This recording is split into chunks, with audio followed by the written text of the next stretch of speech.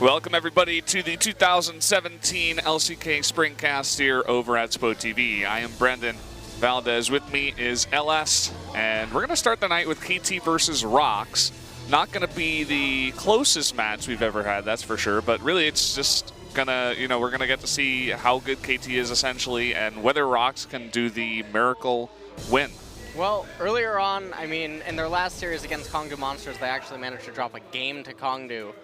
And so that is an impressive feat nonetheless. But they managed to pick things up and close out the series. And we also did get to see Mickey pull out the Ahri, which a lot of other mid laners in LCK and across the world are starting to pick up. So we'll see if the ROX Tigers can use some smoke and mirror tactics to try to bring down KT here tonight, as that's probably going to be their best bet. Historically, when they were under a different team back on Africa, and even earlier on in this season, this rendition of the ROX Tigers, when they've had the most success, it's mostly been through their ability to use globals or teleport plays and just split push tactics. There's no way that they're gonna be able to take down KT in just a muscle match. Yeah, they're gonna have to do something a little bit cheesy, a little bit spicy perhaps, and we'll see if they have anything prepared for tonight. They're going against some of the best players in the world at this game. One of them being right there, Smeb, looking pretty focused. It's kind of funny. I actually have a friend here in Korea that looks exactly like Smeb. Maybe it's his brother. I should have asked him probably. Want to know how I know that you're lying? What? You don't have friends, Brendan. Don't forget that I'm paid to cast this. I guess we're not friends then. Not at all. Not anymore. Not after today. He feels bad for you. That's why he's looking. Linderong looks so shamed.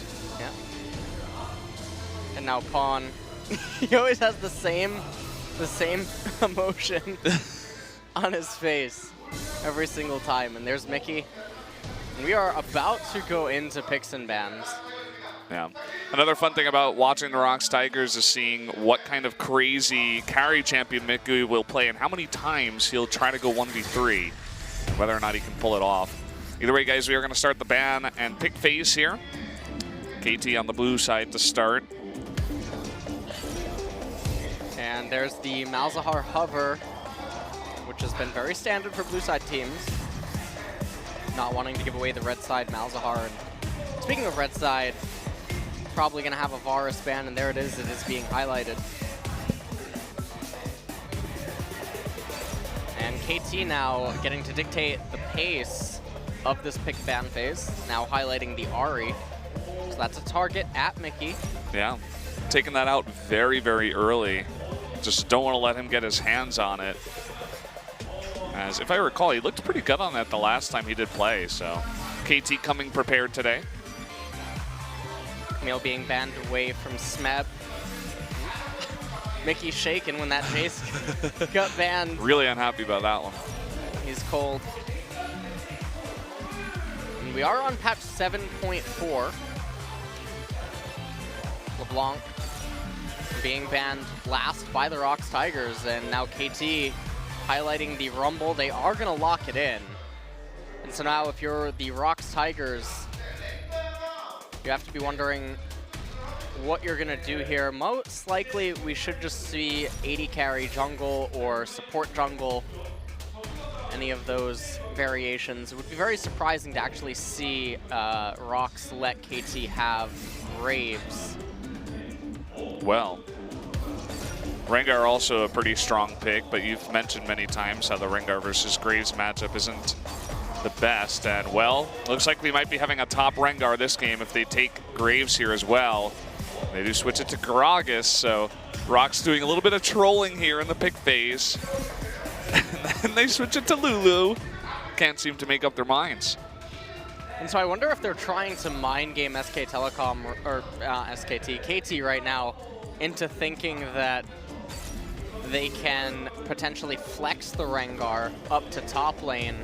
Because had they locked in Rengar Gragas right there, either one could go jungle and either one could go top, and that can obviously create a lot of confusion for KT potentially. And now KT keeping their draft relatively normal now, and there's the Graves with his Cigar, and KT picking up the Ezreal for Deft. So Really just an extremely powerful draft coming out for KT so far. Seems like they've gotten the better end of it. I mean, Rumble has been seeing a lot more play. Ezreal is being picked up earlier in drafts, more often in drafts too. And I mean, if you've watched Deft play, you know how good this guy's mechanics is. And giving him someone like Ezreal is going to make that bot lane pretty hard for the ROX Tigers. Well, they last pick Nautilus. And I feel like already some things are getting set up potentially for disaster. As their top lane matchup isn't going to be that strong. ROX electing to ban away Karma. And now KT has the luxury of just banning away 80 carries. As ROX are going to be heavily reliant on making sure that bottom lane doesn't get too out of control. They will have the counter pick available to them in mid lane, but it's looking like the ROX Tigers probably just want to get Orianna. It's not a champion you would generally associate with Mickey, at least not as of late. Now ROX Tigers staying true to trying to ban away supports, but when you already have the Nautilus and the Rengar, there's a lot of engagement that comes out from your team, and so KT can easily just go with a disengaged support or something to counteract that. It is 7.4, so not too many changes from previous patches. Zyra would even fit in here. KT last banning Syndra. I mean, everybody, I assume, has gone on Reddit and seen Froggen's amazing outplay on that champion, so definitely want to take away that. Ooh. Well, ROX has been trolling a lot, so I'm going to wait until it's locked in, but could be a Kog'Maw here. And it's locked. Okay, so they're actually going to pick it. Last year, I do believe that Afrika, which was almost this lineup, they were the first to bring out and pilot the Kog'Maw with the Wits End build and Runon's Hurricane and other crazy variations, but it's interesting to see him picked here. He has been changed since then. I think we saw him one time here in LCK. So they pick Zyra. There's not a lot of synergy for an Orianna steal right now if you're KT. And I really had thought that the ROX Tigers would be putting priority on Orianna with how the draft had unfolded up until that point. And as I say that, actually, it looks like they're saying that, you know what, we don't actually need that much synergy. They just need the Orianna more than we need something else. And so they do just end up stealing it away. And I think that that's a little bit almost disrespectful in a way, that there were probably some better picks for them. But they're saying that, hey, without this, we have too much of an edge anyway, that we're just going to win. Well, I mean, Orianna, pretty high-tier champ regardless, so I'm sure Pawn going to be quite nice on that. Now, the real interesting thing here is that we're seeing down to the wire, down to 0 seconds left, Vladimir being picked and locked in. So that's going to be a new pick that we see over here. I think he got some decent, quality of life, like very small buffs in either 7.3 or 7.4. Vladimir has definitely been buffed, especially the AP Glass Cannon Vladimir, but this is a very bizarre build from the ROX Tigers, and as I just said, Glass Cannon, that's basically what comes to mind here. A little bit counterintuitive for the Kog'Maw. Yes, they have scaling in a sense, but a lot of it is so heavily reliant on everyone having their summoner spells up and making sure that they can go in one burst. And so it's a little bit confusing, the ROX Tigers, their draft. It seems very weak and vulnerable, but if they can accelerate ahead, it would be difficult for KT to stabilize. And we did say earlier on, before this draft even unfolded, that this is how we would predict them to try to take a win. Just do some crazy stuff. Pick stuff that you think maybe KT hasn't practiced against, they're not used to playing against. And well, Vladimir and Kog'Maw are going to be two picks that do just that. And if you're going to bring out something weird, it's going to be against KT. So going over to the lineups and the picks here for game one once again. So Rumble, Graves, Orianna, Ezreal, and Zyra for KT. And on the flip side, Nautilus, Rengar, Vladimir, Kog'Maw, and Lulu for for ROX. And so basically the question is how fast can they transition into the mid game and can they close it out in time? Yeah, that's the real question here, guys. Let's jump into game number 1 right now. KT versus the ROX Tigers.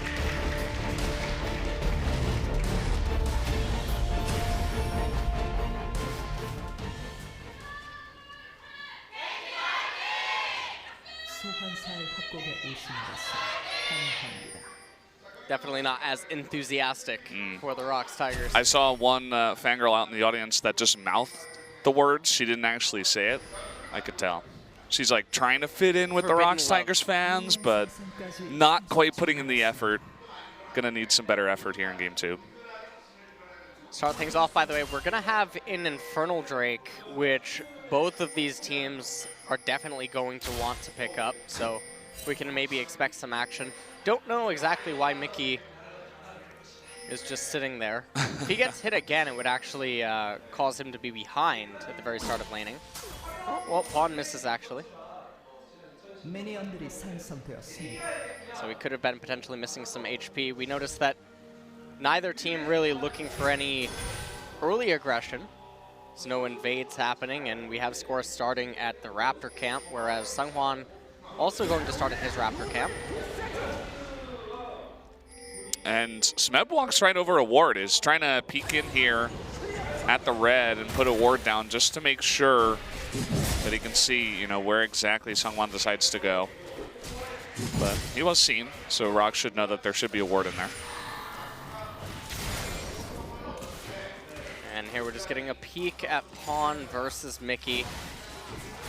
There's going to be a lot of focus basically on that mid lane once it starts to hit level 6, 7, 8. ROX are going to need to make sure that Mickey is able to be farmed in the mid game. It's going to be extremely crucial to their engagements. So many pings going down on the Rengar, and look at the path. He's not going over to the blue. He takes that blasting plant. Now he's going up to the Crux here near top. And what he's doing is he knows that Smeb came in and planted a ward on his red. So what he's trying to do is make KT think that he's transitioned onto the right-hand side of the map, but it's not really going to grant him much benefit anyway, as if you look at the position of the lane in bottom right now, KT and Mata are gank immune. So it's not like they're playing around anything. The only thing that they could hope to gain would be if Smeb had misplayed up in top. We might get some action, actually. Oh, wow. Seonghwan forced the flash. There's the follow-up. Score does get the first blood. And, well, you were talking about some tricks, some tricky plays. I'm not even sure if Score was meaning to run into Seonghwan there. Maybe just wanted to take the Krugs, but he'll take the free kill instead. He gets the kill, and a lot of people might be looking at that wondering why was Score pathing that way, and a lot of it was because, again, he thought Seonghwan's on the right-hand side of the map, and because Deft and Mata were gank immune, there was no incentive for Seonghwan to stay on the bottom half of the map, and so Score was trying to go up and just get the golems. However, he ends up finding a kitty cat instead, flashes over to match, gets the final hit, and gets himself first blood, and that's a really big acceleration for KT. And it really puts a dent into ROX because now Seonghwan can't come up on the top half of the map. And just look at the CS difference between Smeb and Linderong. It's going to give him even more freedom up in the top lane, Smeb. He's just going to be pushing that one in for a while. We'll see if Linderong can somehow find a way to deal with that. He's going to take a quick recall home, probably teleport back to start. And now, I mean, someone's going to be spotted again. And Score's looking for him in the jungle. He's going to dash the wall. Seonghwan, once again, forced to fight here. Pawn also is going to get here before Mickey. And really just laying a nice bit of damage down onto Seonghwan, not having the most fun game just so far. Getting put pretty far behind in the jungle. He does have more CS, but it's not able to really help out any of his laners. And with the exception of Mickey, they're all falling pretty far behind. You can see how much pressure he and Songyun are under right now. Giant minion wave at the turret. And they have to be cautious because they don't exactly know where Score is and where Score could be. Oh, man. Deft, unfortunately, he eats that turret shot, but he's landing max range Qs underneath the turret. Another root goes down onto Songyun, and I mean, the Kog'Maw is not really going to have a fun time in this lane to start, but Deft and Mata are making this look like a nightmare so far for the ROX Tigers. Someone rotates down because he wants to pick up the wave as his bottom lane recalls. Try to get any amount of experience and gold that he can, accelerate faster towards level 6 so that he can hopefully try to start doing something for his team. And the real question is going to be how far behind will bot and top be by the time that happens. Mickey going full-fledged aggression, by the way. He has those tier 2 boots already as his first item. Ends up spotting out Score. Might just hit the Scryer to kill it. But Mickey is all in with this itemization, so maybe hoping that him and Seonghwan can do something on Pawn soon when Seonghwan hits 6. But if they end up coming up dry, Mickey's going to basically have a very big delay to his first core item. It's very true. Trying to go all in, I assume, on that one. We'll see how that works. Mata eating a bit of damage here. You can see the range on Songyun on that Kog'Maw, laying a nice bit of damage onto him. And you were talking about the leads already in all these lanes. I mean, KT is already 1,000 gold ahead. I mean, they did get the first blood, so I guess, you know, an extra 600 gold just in terms of CS so far. Oh, a lot of damage actually coming out from both bottom lanes. KT has to be a little bit more careful, though, because they have to know that Rengar is level 6, so any trades like this are going to be advantageous for ROX when you factor in the mental pressure, unless they have a ward on Seonghwan or if they know where he is. You can see Score hanging around the bottom side of the map, too, perhaps because of exactly what you were saying, and he is going to spot Seonghwan here with that ward. Ends up getting rooted. And the reason that Score was coming down bottom was to deflect this, and here we go. I mean, Smeb, he is going to eat a big bunch of damage, but look at Songyun underneath that turret. The equalizer comes down.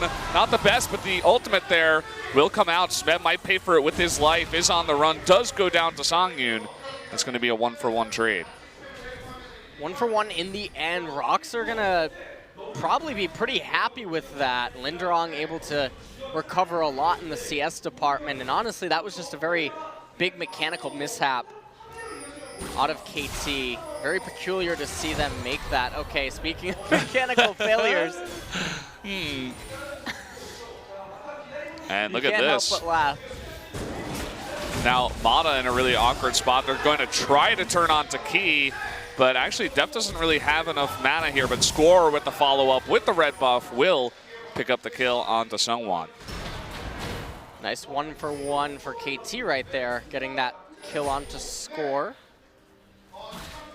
And now looking back in mid lane, you can see that Pawn really hurting from not having that blue buff. A little bit surprising that Linderong didn't opt to shove in top wave and try to collapse on that with Mickey and steal it away.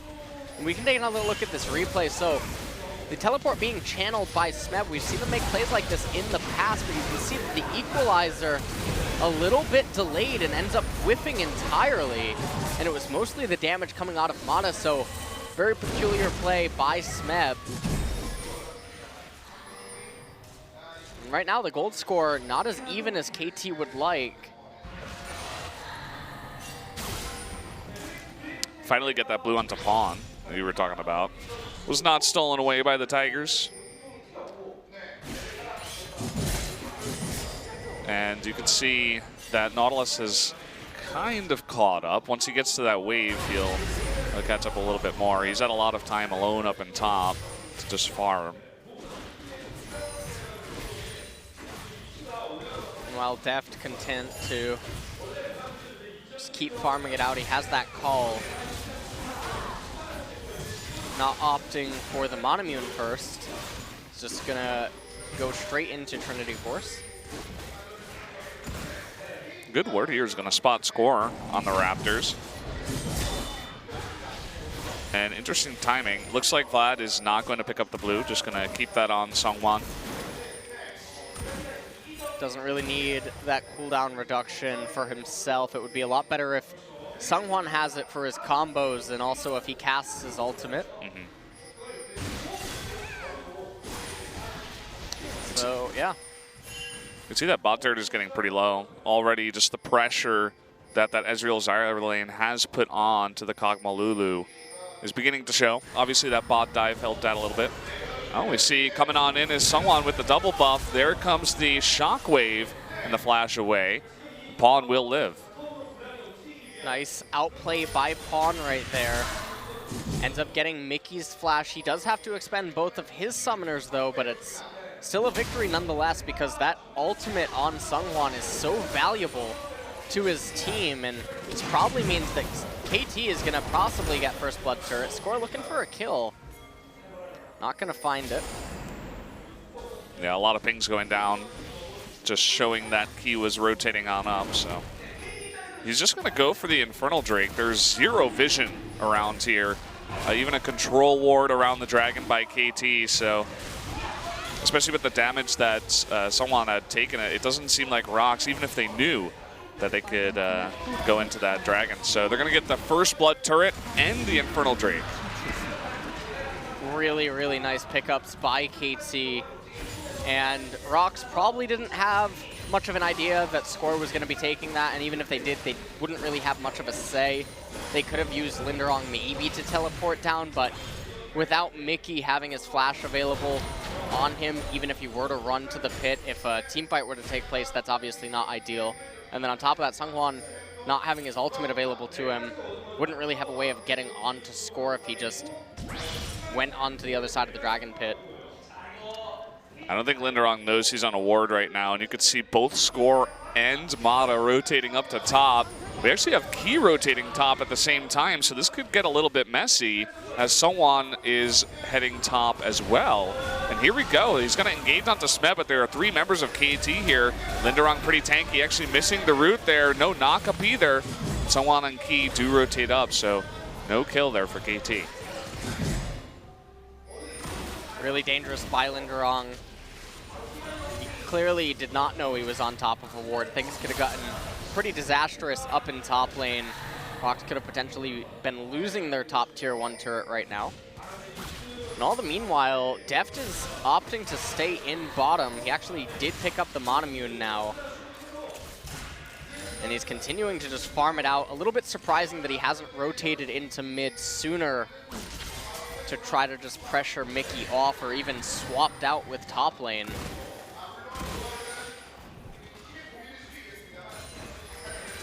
I actually see Score coming into mid with Mata now. They're kind of a two-man ganking squad, but now they're part of the pushing squad here in mid. You see that ROX is kind of mirroring that. Lots of poke coming out from KT though, Mickey getting quite low. And now Deft comes into mid, whereas Songyun is still down in bottom lane farming. Now KT is actually rotating up as a unit, trying to force Linderong to feel a little bit of pressure, but right now they rotate in Songyun to mid lane. You take a look at bottom lane, it actually looks like it's pretty bad for KT. I think that it's gonna be eventually favorable for KT in a few moments, but not quite right now, and so both the AD carries just dueling it out in mid and handshaking on farm. Next dragon of the game as well is an Ocean Drake, so not really the best of RNG for either team, but definitely would be a little bit more beneficial for KT because they have that poke on Ezreal. And on ROX's side, I mean, they have two champions without mana. Yeah. Really not liking the Ocean Drake. I mean, KT can build up those Drakes as we move towards later in the game, get towards that Elder. Mata's coming top again now with Deft, who has rotated from bot into mid up to top. Electing to push the top lane instead of mid. You can see the bottom lane is finally about to be good for KT. And all that Smeb actually needs to do is not immediately push in the wave, but that's not going to matter anyway, as Mickey's going to do it for him. Could have just let his minions die and then perma-freeze the lane. Oh, they really want this kill onto Pawn. So much damage coming out. The Shockwave, though, chunking down Songyun NP. Here comes Smeb. Meanwhile, top turret has taken score, going to pick up the kill. Now Linderong making his way into mid. And so that will stop any other kills from happening. So trading 1 for 1, but still KT gets top turret. And it looks like ROX are going to actually press on and go for mid-tier 1. Don't quite know exactly what Mickey's doing. He has aggro. Well, he's trying to do that burst damage onto Mata, and he will pick up the kill and does survive. Oh, I spoke too soon. Down he goes, Smeb. The nice play, nice follow-up there. Now turning onto Smeb, eating a bunch of damage. Score pretty low as well, can't help out too much. Meanwhile, Deft is just, he's being that solo queue player. He's just sitting top and split pushing the entire game. Well, speaking of solo queue, Brendan, a lot of these decisions are looking very solo queue-esque. You can see Deft actually almost managed to get top tier 2, and Linderong might actually go down to score here. Oh boy, especially with that red buff. He's dredge lining away. The speed up from Orianna is not going to be enough as ROX does rotate over to help him out. Deft isn't even moving from top lane. He just doesn't care. It's like, we're going to win anyway. Maybe I can just take out this turret. Not going to try too hard this time. Now we'll take a quick replay at what happened, and you can see Mickey getting aggro and ends up locking up and deleting Mata, and then right at the very end there, he probably thought he was going to get away, but Flash came out of Smeb and just gave him a little bit of a love tap right at the end so that the turret could finish him off. And at the end of the day, what should have just been ROX taking mid-tier 1 turret, at least getting a lot of damage on it, just turned into something disastrous and let Deft apply too much pressure up in top lane. And KT now at a 4,500 gold lead. They're looking like they're going to be able to close this game out probably in the next 10 minutes or so. Mata forced a flash here. Not enough damage just come out onto him. The Wild Growth onto Sungwon. Score from the back. The equalizer misses again, but he is going to try to follow up here. Does pick up the kill onto Sungwon. Gets knocked up, but they're still on the chase. Linderong forced to flash the wall to retreat. But Pawnee once more, he's going to pick up the kill there onto Mickey. Linderong, dredge lining into 5 people, goes down. That's a nice little cute double kill for Pawn. And that's going to mean at least this tier 1 turret as well. ROX Tigers can't really do anything this game. They can't even kill Wolves. The Wolves weren't having it. They actually reset. Getting a zoom in on Pawn, yeah. Who's that champion I'm playing against? Oh, I guess this is why I never see him. I mean, it's I'm not saying it's all Vlad's fault, but. So far, this game has gone very badly for ROX in the past few moments.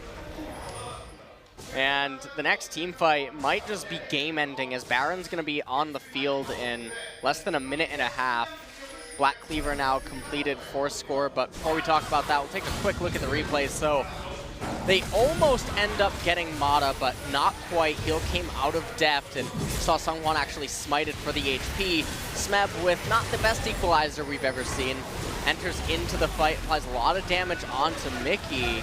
And then right at the very end, Mata almost was able to lock up Linderong, but he flashed over the wall, and then Pawn said he wanted a little bit more out of Mickey, and then they eventually bring down. Linderong wanted more too there. Yeah. It's like, I want to go down too. Next Drake spawning is Mountain Drake. So in the event that KT don't go for a very early Baron, like a 20 or a 21 minute Baron, then Mountain Drake will also eventually spawn, and they're looking like they're in position to capture it. So ROX Tigers don't really know exactly what they're going to do. We talked about earlier on how they're heavily reliant on summoner spells and that one combo. And without any of those spells available, it's going to be extremely difficult for them to find a victory in team fights. Well, trying to engage here. once again, just keeping tabs. Oh, Linderong from behind with the teleport. He wants a couple knockups. There they come down. The double knockup onto 2 people, but look at that equalizer in the back. Finishing off Lulu, who's extremely low. Smeb now getting into the fight. Oh man, this is just way too much AoE damage. Mickey gonna eat it too. Triple kill to score. And this game is just getting way too out of hand. Yeah, KT is gonna be able to push in mid here. At the very least, they should just get 2 turrets off of this. Certainly gonna be able to get mid tier 1, and likely that Deft rotates up to top, taps that second turret that he did so much damage to earlier. And you look at bottom lane, and that's going to be good for KT as well. It's going to eventually push back into them, not a lane that ROX can make use of. So that's negative gold. Take a look at this team fight, and remember that they don't have enough summoners, so they get the flank teleport off, and they're all lined up though. Pawn eventually arrives. They don't have any spells to reposition. Equalizer doing way too much damage, and they just don't have the items to contend with KT. So triple kill going over to score. 6-0-6 on Graves. Yep. Lots of magic resistance coming out now for KT. You can see that Rumble pick. You know, he did miss, 2 or 3 equalizers so far. Had he hit all of those, you could see exactly why this champion is just getting more and more popular.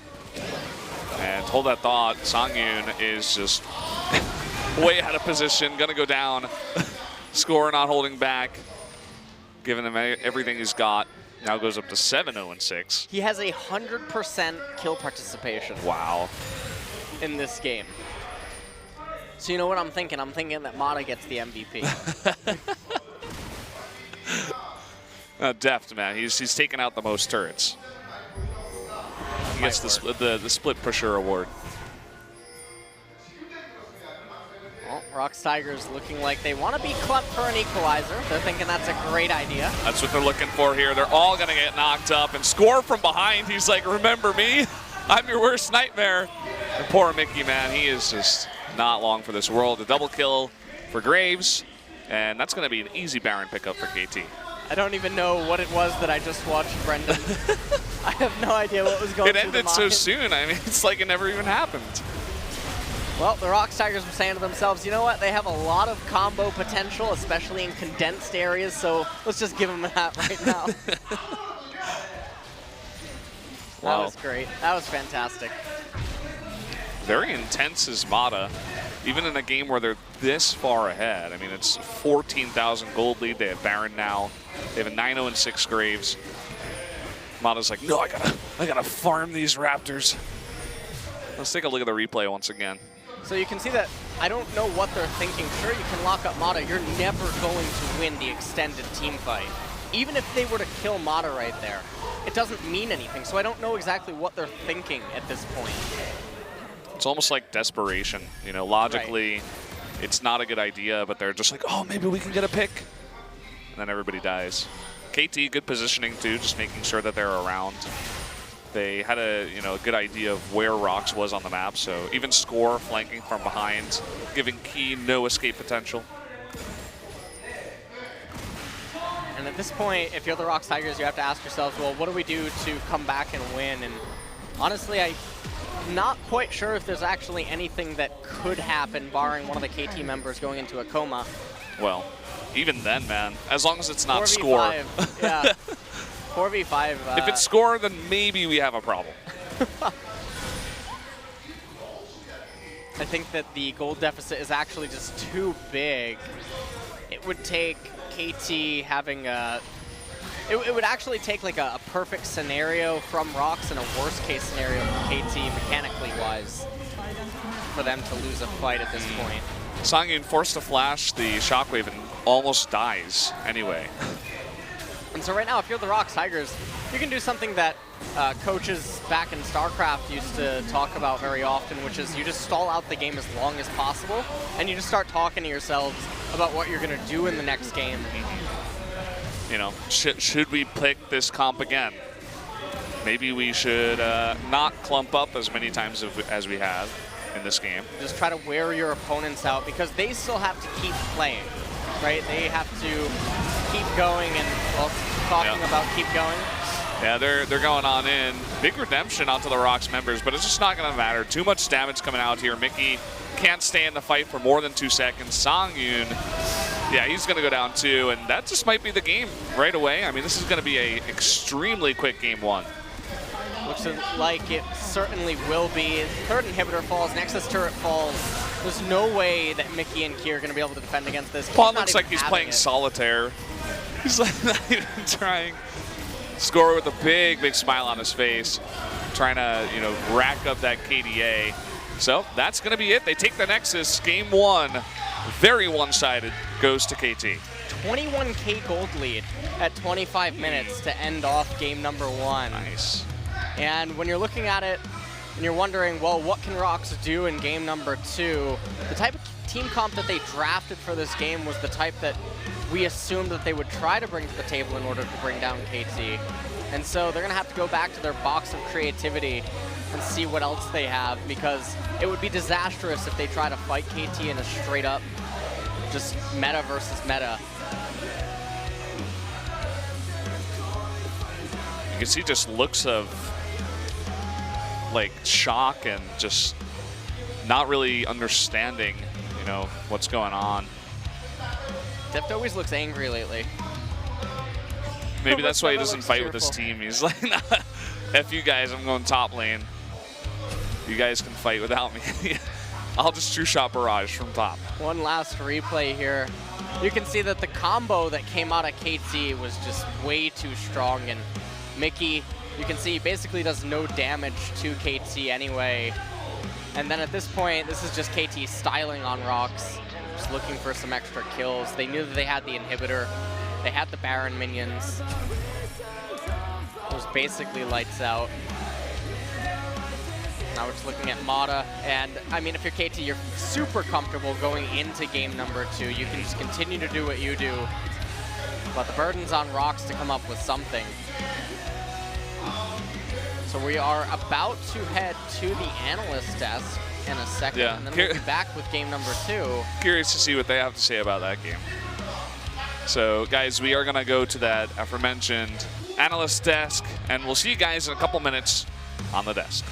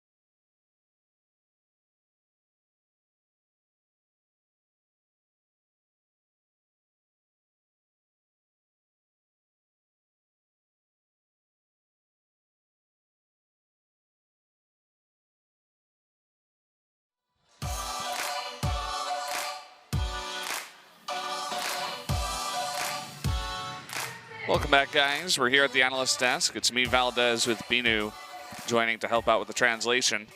And I'm not sure if there's all that much to say about that game. Well, I'll start by saying that KT kept it short and sweet for us.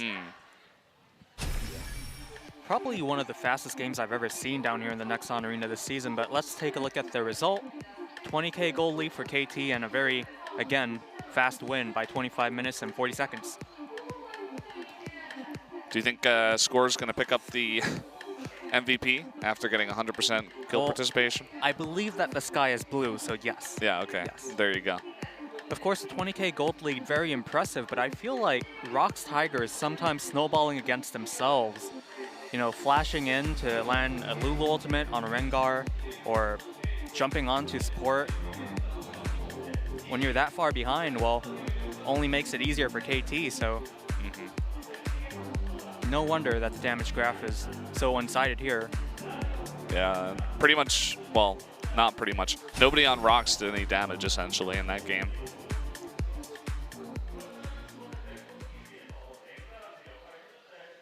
So Captain Jack talking about some of the maybe inconsistencies within the composition, picking Kog'Maw and then bringing out the Lulu, but then not necessarily bringing a lot of protection to Kog'Maw using the Lulu. In fact, I think most of the ultimates we saw from Key was onto Seonghwan whenever he jumped in.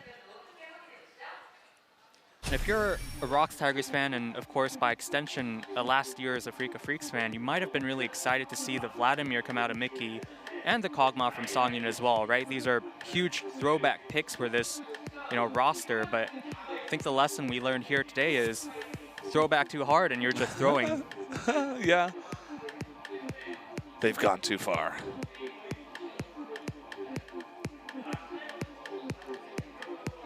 Real heartbreaking moment, however, for Mickey, because I recently saw, I believe it was Fly who was playing Vladimir in the LCK, and you have to think of Mickey when you see Vladimir, right? He was tearing things up on that champion last season in the summer, so not a great feeling to watch him lose on it, but KT doing very well. Definitely a nice game to come back to after losing a bunch to your rival team. That's right. KT definitely coming in with a vengeance, of course, with those 2 losses against SKT and a surprise loss in there somewhere against MVP. And you remember after the SKT versus KT derbies, you know, even the SKT players were saying, this is just a regular season match. They'll probably be coming at us with a vengeance in the playoffs, and looks like this is what we're seeing here from this KT team. Let's take a look at the MVP here for game 1. Pretty much a no-brainer here. At the end of the game, he was 86% kill contribution. He was at 100 when there were 13 kills on the board, but 9-0-9. Definitely the first blood. I think we could say he got really lucky there, but everything else, there's no luck involved in that. That was all skill. Well, being on blue side this time for ROX, maybe they're going to deny KT and Score the Graves pick. Very highly contested pick nowadays.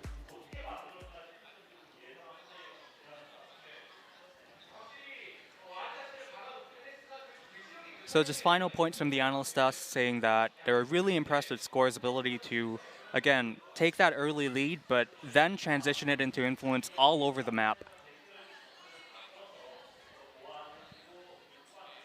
But like you said, Captain Jack, saying, you know, they're going to switch sides for the second set, and we might see a lot different things coming out of both teams. And Kanata bringing up the point that we might also see some substitutions from the ROX Tigers. Of course, KT being a 5-man roster, no surprise substitutions there, but ROX Tigers adding Mighty Bear to their lineup for the second round, and I believe he recently made his debut as well.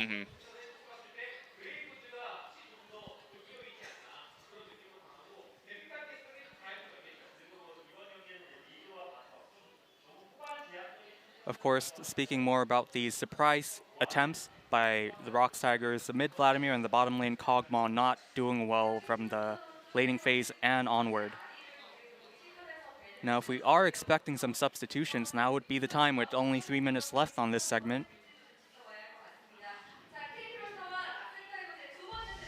Doesn't look like it. We're not going to have any subs, so guys, we'll be back in about 3 minutes.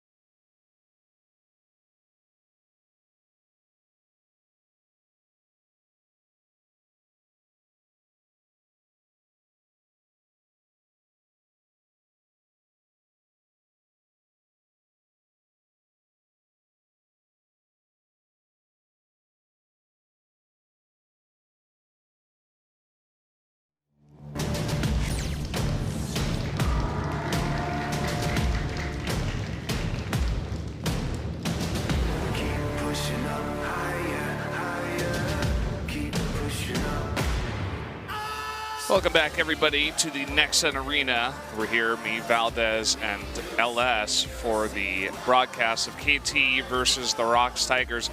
Game one, pretty easy cast, I have to say. A 25-minute blazer that went by just extremely fast. It was super one-sided, and KT must be feeling really good right now. Yeah, 21K gold lead at 25 minutes, I do believe that it was. And you can see Mickey a little bit shell-shocked. I don't think that we've told him that we're about to go into game number 2 yet. It's like, where am I? What just happened? The shockwave. Well, he saw the shockwave that missed, and then he felt the shockwave that hit, and it just still hasn't really lined up yet. And we'll have to see what they try to bring to the table for game number 2, because again, they cannot expect to try to take on KT straight up. Yeah, maybe they're going to have another weird pick and ban phase, bring in some other picks. But they'll definitely have to mix it up. And let's see, they're on the blue side now. Malzahar, let's start things off right on blue side. We'll see it if they do it. All right, so they're not getting creative so far. Been basically the most standard first blue side ban. KT now responding as usual with the red Varus, and now the ROX Tigers. This is going to be where they look to change things up. Rumble banned away by them, and now KT hovering the LeBlanc, taking that away from Mickey. No surprise about the Rumble, unless they wanted to first pick it here. It's becoming so popular. And obviously Smeb doing a decent job outside of those missed equalizers. So ROX actually ban away Rengar. It tells me that they want to first pick Graves. Can't see any other reason that they would do that here on blue. Camille being banned away last by KT. A little bit surprising, because once the Rengar was banned, then you have to know that they're either going to pick Graves or they would pick Camille. And I think that's a handshake KT should always be willing to take with Smeb up there in top lane. Well, it's going to be interesting to see what they respond with here as well, because they had to have known that the Graves was coming out. Looks like they want to give Def the Ezreal once again. That gets locked in. Def falling asleep. He's like, oh, they're still here. someone. I thought we beat them already. Didn't we beat them hard enough in game 1? Interesting, we're seeing Lulu become more popular, you know, over that Karma pick that we said was very strong nowadays in the support role. KT not really giving away anything with their first 2 picks. The Ezreal is versus all, and Lulu, while it does have some synergy with very specific team comps, it's not necessary to funnel into that direction with her. And ROX Tigers now responding with top lane AD carry, and it's a little bit peculiar why ROX doesn't just respond with AD carry support here, and as I am talking about that, they do swap to the Karma. And they're gonna pick that up, so I said how they can't really expect to try to take on KT straight up, but so far that's what they're doing. And I feel like this is a recipe for disaster. Sang-Yun Tang means he's God. great. And Mickey God, key fighting. Got some fans of the ROX Tigers here. What a day to come. You picked the wrong day to come. You're exactly right. Maokai last pick before the second ban phase. Now they ban away Shen, and now the ROX Tigers are going to try to target junglers, so Elise now being highlighted as the only counter, so to say, against Graves remaining. But this is Score. You're not going to ban him out of the jungle. And it's not like they don't have a lot of potential with melee engaged junglers, because they do have that Lulu.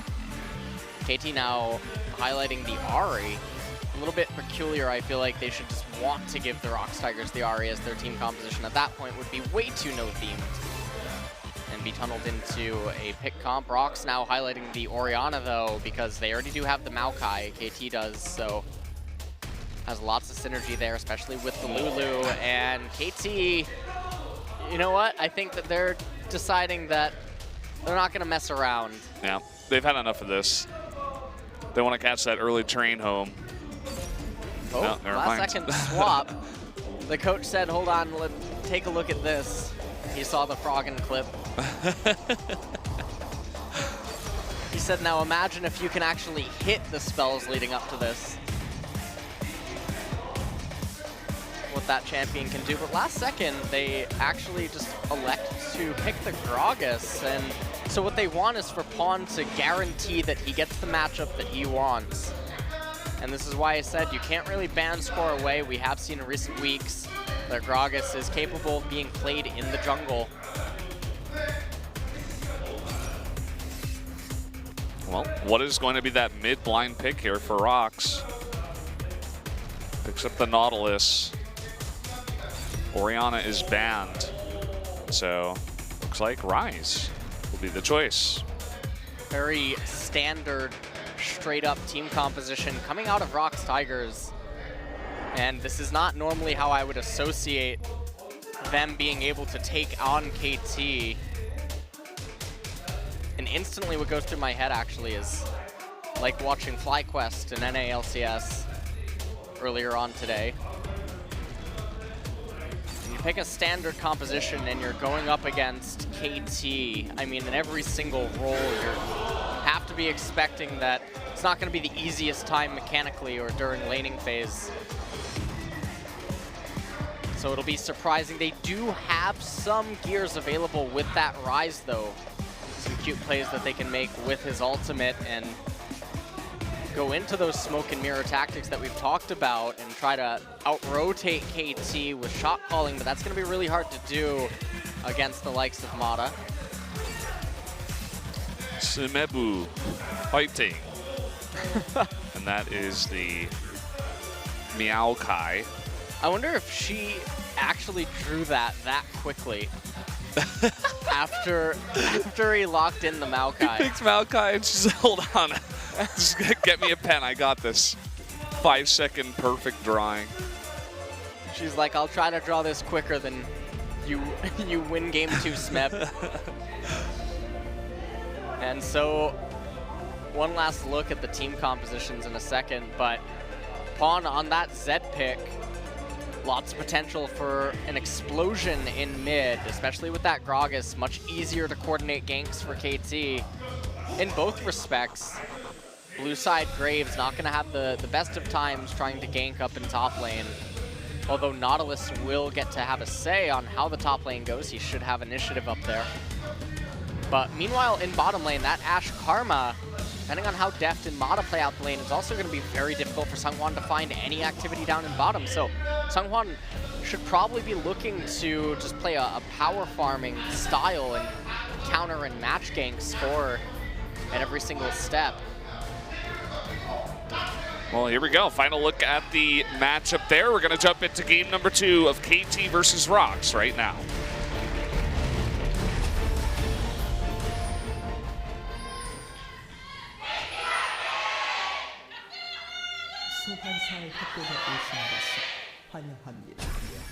One of the fangirls as she chaired sighed. It's very, very true. I don't know. Oh, man. I don't know why she would do that. And to start things off, an Infernal Dragon is the first to spawn. Again. Because the match is on fire. Right? Yeah. Don't you get it? This is lit AF. Starting off the match too. Oh.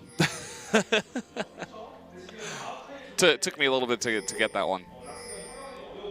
All right. Well. What do you think about that Zed pick in mid up against the Rise and just in general?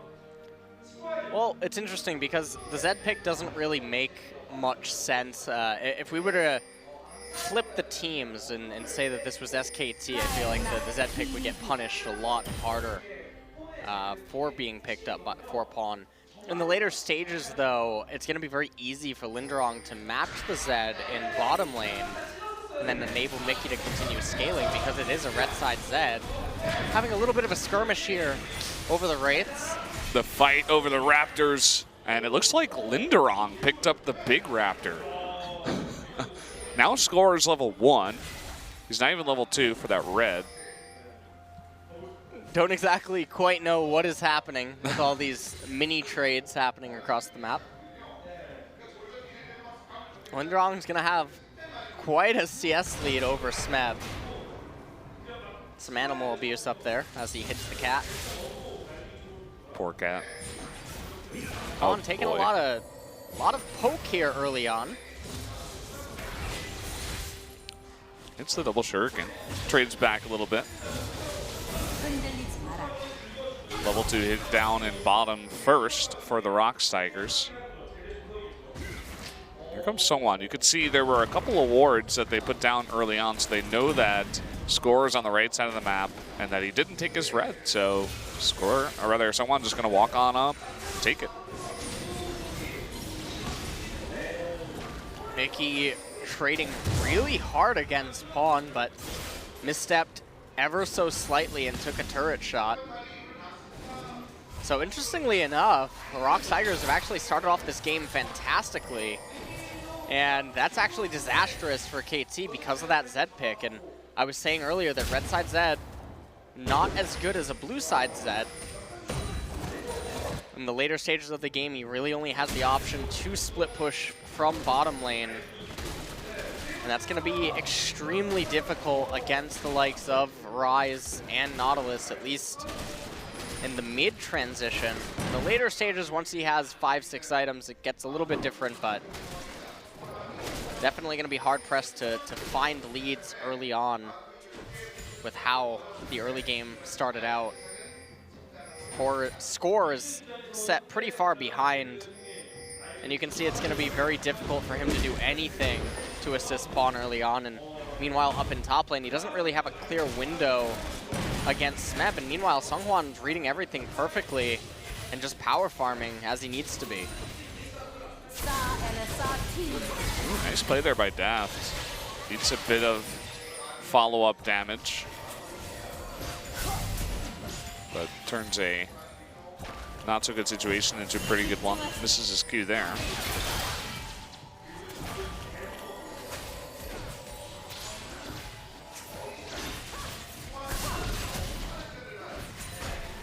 And now up in top, Smeb trying to do his best to keep getting farm.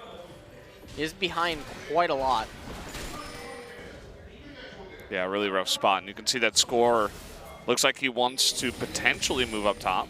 I'll hold that thought. Actually, Mickey pushing him really far. And needs another turret shot here. Pawn, he might just be able to get a solo kill, let alone the Gragas. That was coming from the left side. Mickey actually does escape to the right side. It looks like they didn't know exactly where Seongwan was, so they did not chase. But he's going to be on a ward again, and there's the flash from Score, and a flash away from Mickey, so he will maybe get away. Pawn flashing in for the first blood.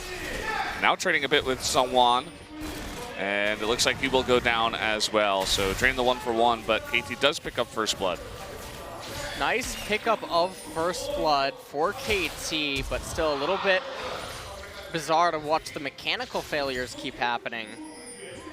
You have to wonder if that's getting to them at all. And down in bottom lane, though, they came up with quite a big victory, getting the flash out of Songyun. We'll take a look at it once again. So it seems like Pawn and Score not exactly on the same page, and Score even missing that barrel right at the very end, forcing Pawn to have to use up his flash to get that kill.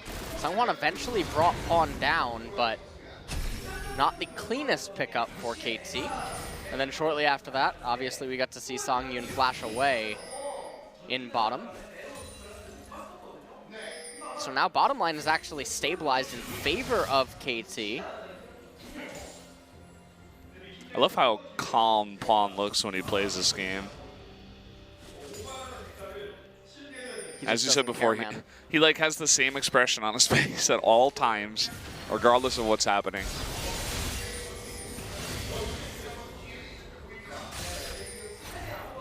Mickey has to be careful now. Pawn could even just use his ultimate for poke if he wanted to, because he has the lane in his favor. It's on his side of the lane.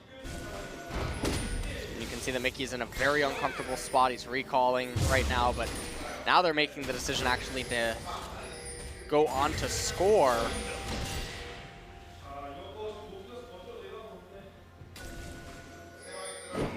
Things starting to actually get a little bit crazy for ROX. As you can see, they're getting a little bit indecisive with things that they want to do. And KT have basically brought themselves up to speed after that early game stuff.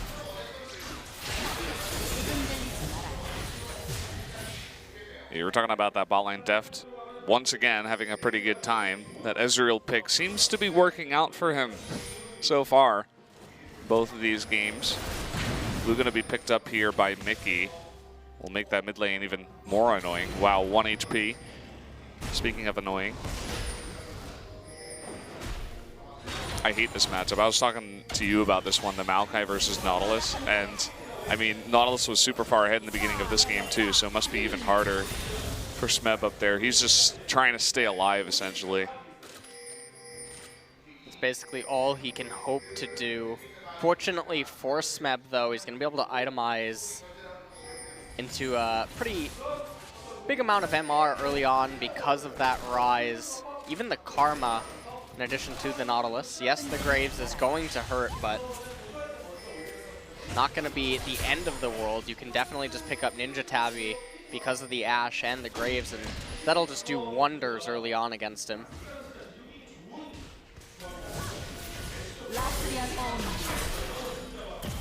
Good control ward here by Mata, just making sure that even though they do get pushed in, they are safe. There are some pings going down towards this dragon. I'm not 100% sure if they know. Oh, Mata's actually getting a feeling. He uses the scrying plant. He sees someone. Someone will be forced to back off. So Seongwan not going to be able to be as sneaky as Score was in game number 1, and That's pretty disastrous right now for ROX, because that's not just the denial of the Drake attempt, that's also Seonghwan losing a lot of HP, being forced to recall, it's skewing his route, and it also lets KT know exactly where he can go now. That was a lot of information that was just granted by Mata hitting that plan.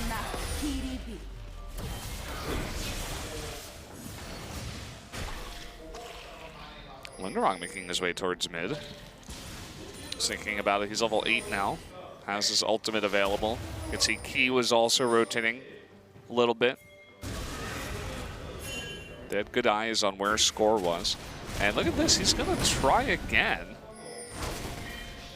It does have Key nearby this time, as well as Mickey. Lots of ROX wards in this river, double control ward. Lots of wards spotting out the locations where KT would come in to try to stop this Drake. It's going to come down to the smite fight, and it looks like Seonghwan will pick that up a little bit early there for Score.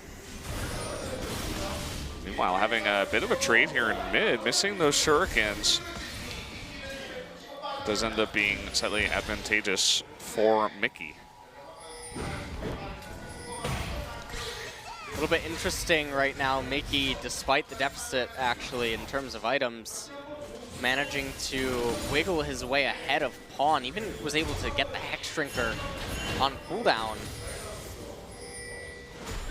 And ROX Tigers obviously very happy that they were able to pick up that Infernal Drake early on.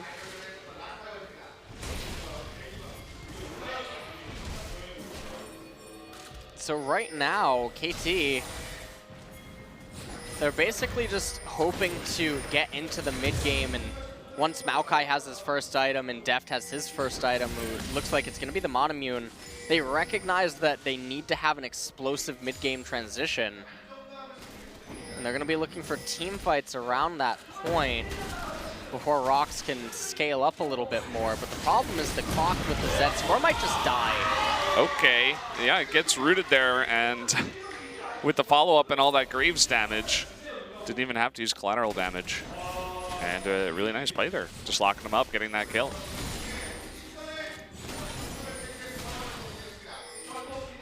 Gonna keep Mickey and Seonghwan in mid. They have that red buff as well. So First Blood turret might just go over to ROX. I don't think Pawn's gonna be able to stop this. Bringing down Smeb though. Yeah, both supports also rotating mid. True Shot Barrage towards mid too. Seonghwan will just barely dodge that. Deft hit a field goal. I assume that bottom lane must be pretty nice for him right now. Well, he's actually low on mana. But still farming up that tier. Keep shoving in the wave. Probably going to recall quite soon. You can see Songyun waiting for that hawk shot to get some intel on if he was going to be dove or not. And a lot of KT's hopes right now are on Deft for that mid-game transition that we talked about a little bit earlier. Picks up the Sheen. Mickey almost has his Rod of Ages complete now too. The mid turret is getting dangerously low. With that red buff, you can just see how much damage that does if you get any bit of room. Linderong coming down to mid once again. Lots of pings going down. They know about this. So Pawn playing very safe. Just waiting back. Score and Mata rotating mid, as well as Deft is actually coming on over. A lot of emphasis being put on defending that mid-tier 1 turret. Definitely don't want to have the First Blood turret go over to that Rise. There's so much pinging that goes on in this game. I'm just looking at the mini-map. You barely see sometimes. Here's that push towards mid. You're talking about the emphasis here. Looks like that's going to be the case for both teams. Linderong coming from top, and Pawn will have to back off. That will be the First Blood turret going over to ROX. Really nice pickup by them, and Seonghwan able to counter jungle Score even as well. He's up a level right now. And the game is just not in a very good spot, and this is one of the things that we were worried about in the draft for KT, is that the Zed pick comes with a lot of conditions, and so far KT have not been able to meet them, and that's going to be good for the Tigers. And for a scenario where we were talking about how normally it's not something that you would want to do, go straight up for straight up against KT, so far it's working out, with the only exception being in bottom lane. And that was the only lane that was not influenced by those early game shenanigans at Raptor Camp.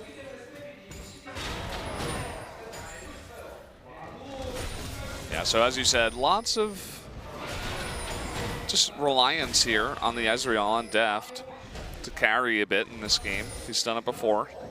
See if he can do it tonight.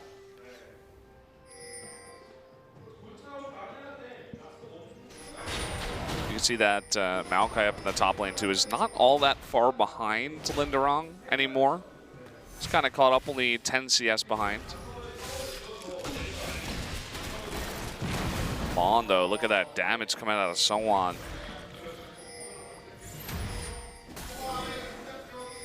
I have to be really careful. ROX right now, I mean, they even have the option of just controlling Score's blue side jungle, knowing that they just chunked out Pawn. A little bit surprising to see them not making use of that. Don't know why they're rotating up to top lane. This would have been a perfect opportunity for them to assert a lot of pressure on bottom. They have the teleport on Linderong. And with Mountain Drake coming up, that's certainly something that they want to pick up. Can't risk losing that to KT. I can hear the Korean casters also seemed a little bit confused about it. They're like, oh, this is kind of interesting. And with that early pressure that Linderong was able to put up in top against the Maokai, they're at least able to rotate and pick up that turret. And it doesn't look like KT is able to get onto the Dragon right away. Looks like they want to respond with this bottom tier 1 turret instead. The problem with this, though, is that ROX, yes, a lot of people could be looking at this and they're like, well, they picked up top turret, but the problem is that the position that they lost out on in bottom is now disadvantageous. And when you consider how important of an objective Mountain is, you look at it as a mistake by the ROX Tigers, who, I mean, they're in control right now, but they definitely just lost a little bit of it.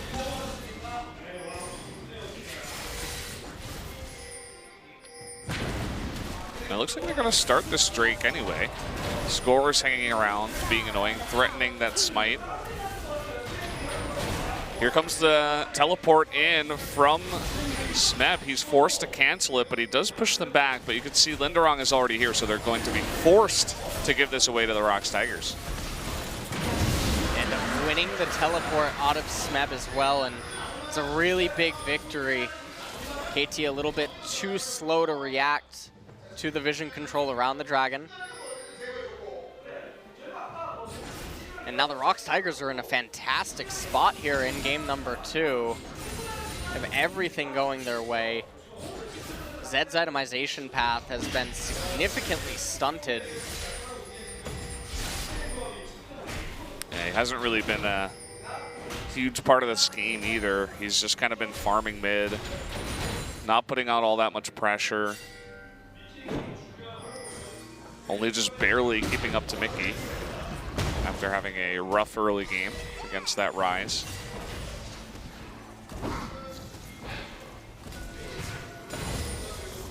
Feels like all the eggs are in Def's basket. He's going to need to show up really big if they're going to want to win this game. And all that ROX really need to do is just make sure that they don't allow anything to go too wrong inside of a team fight. Keep Pawn contained. Don't let him go into a split push mode. Even though, even if he does it right now, he's not really in a position that he would threaten too much.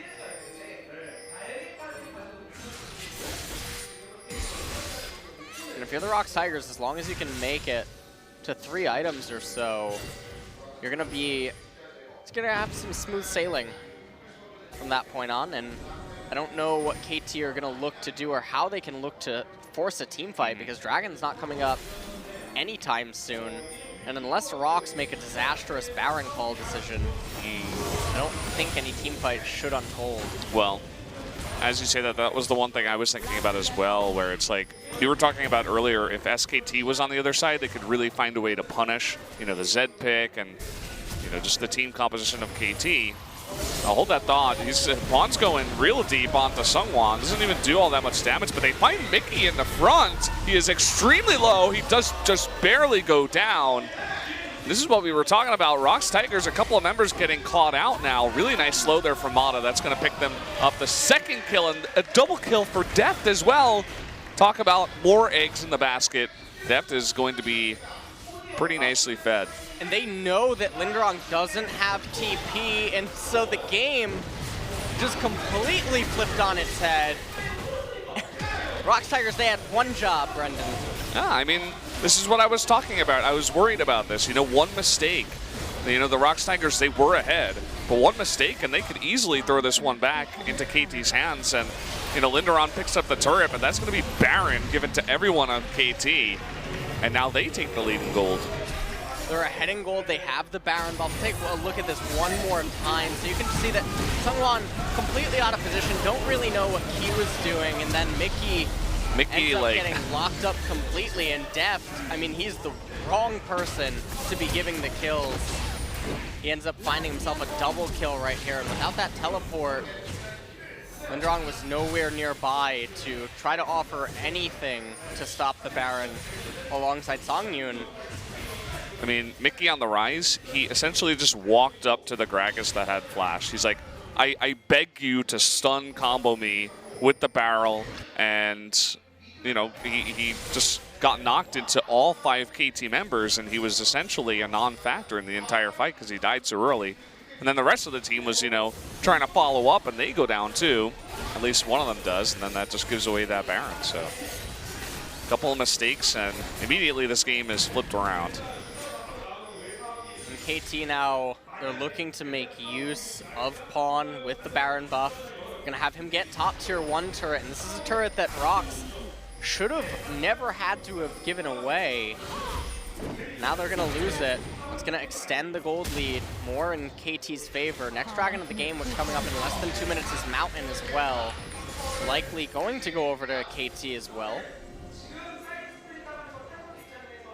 And now, this is the part of the game that ROX normally needed to just stabilize without Baron being up on KT, but now they have to answer to it with the Baron being up, and that's going to be a very difficult question for them to answer. See, Deft is absolutely monstrous right now. He almost has that Mirror Mana completed. More turrets are definitely going to fall before this Baron buff is over. Yeah, he's got the most farm in the game as well. 3 ahead of Mickey. Very nice and buff. Not something you say too often about Ezreal, the champion. So Pawn just continuously pushing up and top. They're going to send Smeb down to bot. Where will be the next area of focus here for KT? Looks like maybe a rotation down towards bottom turret. Well, if you're KT, you can definitely just make use of having 3 in mid lane, rotating down into bottom, and then having Pawn go from top to mid, and that's going to constantly just apply a dance of pressure. Oh, okay. Pawn's going in on this. Immediately cleansing that exhaust, but oh man, the arrow coming through. And Pawn is forced to run away, actually flashing the wall. Does not want any more of that fight. Linderong eating a bunch of damage, will be cast back into the team, but extremely tanky on that Nautilus right now, as is Smeb. They're going to jump on into him, and he will go down. Seungwon laying down a nice bit of damage, but too low to participate anymore. Double kill now onto Smeb as Songyun gets twisted advanced, and that's going to be 2 kills and another turret going over to KT.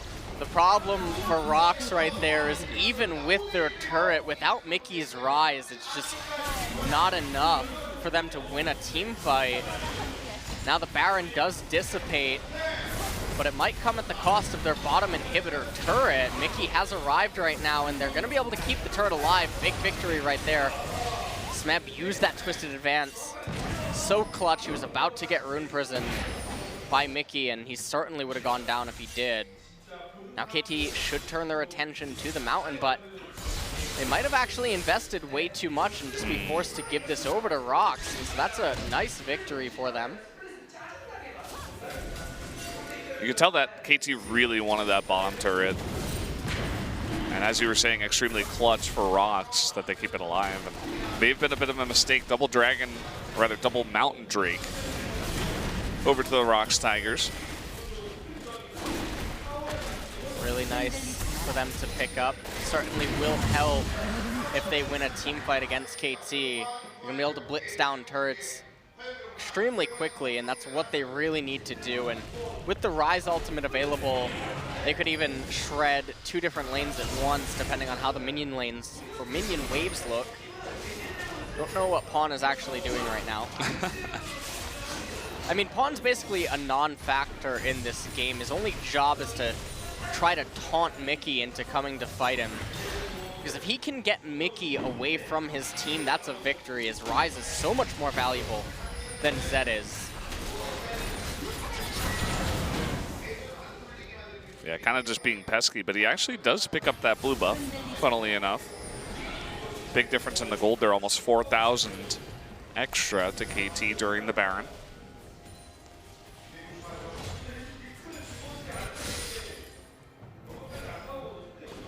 Now Pawn trying to assert pressure up in top as this team tries to do something in mid lane. Oh, big stun there by Score, getting that really nice engage. Now Linderong all alone, essentially, up in the front. Smeb will be stunned, though. A lot of damage getting onto that tree, but look at the back. Here comes Pawn. He wants to get onto that back line, trying to get down Key, does not. Eventually, Nautilus does get taken out here. And Deft, you know, very healthy still, so he is going to continue the push. Does pick up that kill. That fight went a lot better for KT tonight than I thought it was going to, and it doesn't look like it might be over yet. Smeb looking for more. He's doing that Maokai thing where he just puts his body in front of the enemy team and says, hey, you need to pay attention to me, while the rest of his team takes objectives, takes turrets. An overly attached tree. Please love me. Please accept my twisted advances. Probably get a replay of that last fight in a second. And so here, the fight actually starts off with Pawn having done his job of locking up Mickey in top, but Score not with the best of engages, and Linderong just absolutely way too tanky. Even Deft with all of that free damage, not quite able to get the final kill with that true shot onto Seonghwan, but Pawn ends up going in, not able to find too much. They end up going 1-for-1 in the end. But it could have gone a lot worse for KT. Deft doing a ton of work right there, and now Baron back on the map. Oh, look at this. Deft is going hard. He goes in, picks up another kill. Now 4-0-2. And with that red buff, he lands the slow onto Key. Pawn looks like he really wanted that kill. Will not find it, though, but a great pickup there, taking out Songyun in the mid lane. Just does not carry, just keeps going on, taking a little bit of turret damage. Now, wow, lots of poke coming out from that Ezreal. Seonghwan casts his ultimate, just trying to dish out as much damage as possible, but meanwhile Smeb did rotate and escort the wave into bottom. KT should be able to get the bottom turret here. Should just need one more wave. Songyun, though, only 1 second away. Doesn't have the Enchanted Crystal Arrow yet, though. So much poke damage landed by both Deft and Pawn here. Now we're going to have actually the advance onto Mickey this time. Does have the Zhonya, is going to buy himself some time. There's that arrow. Smeb getting very low and gets taken out. But here comes Pawn. He's going in 1v5.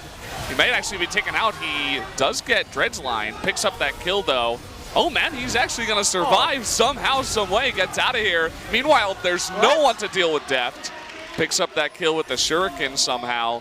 Does Pawn, and everybody on the ROX Tigers that's still alive is super low, forced to go back.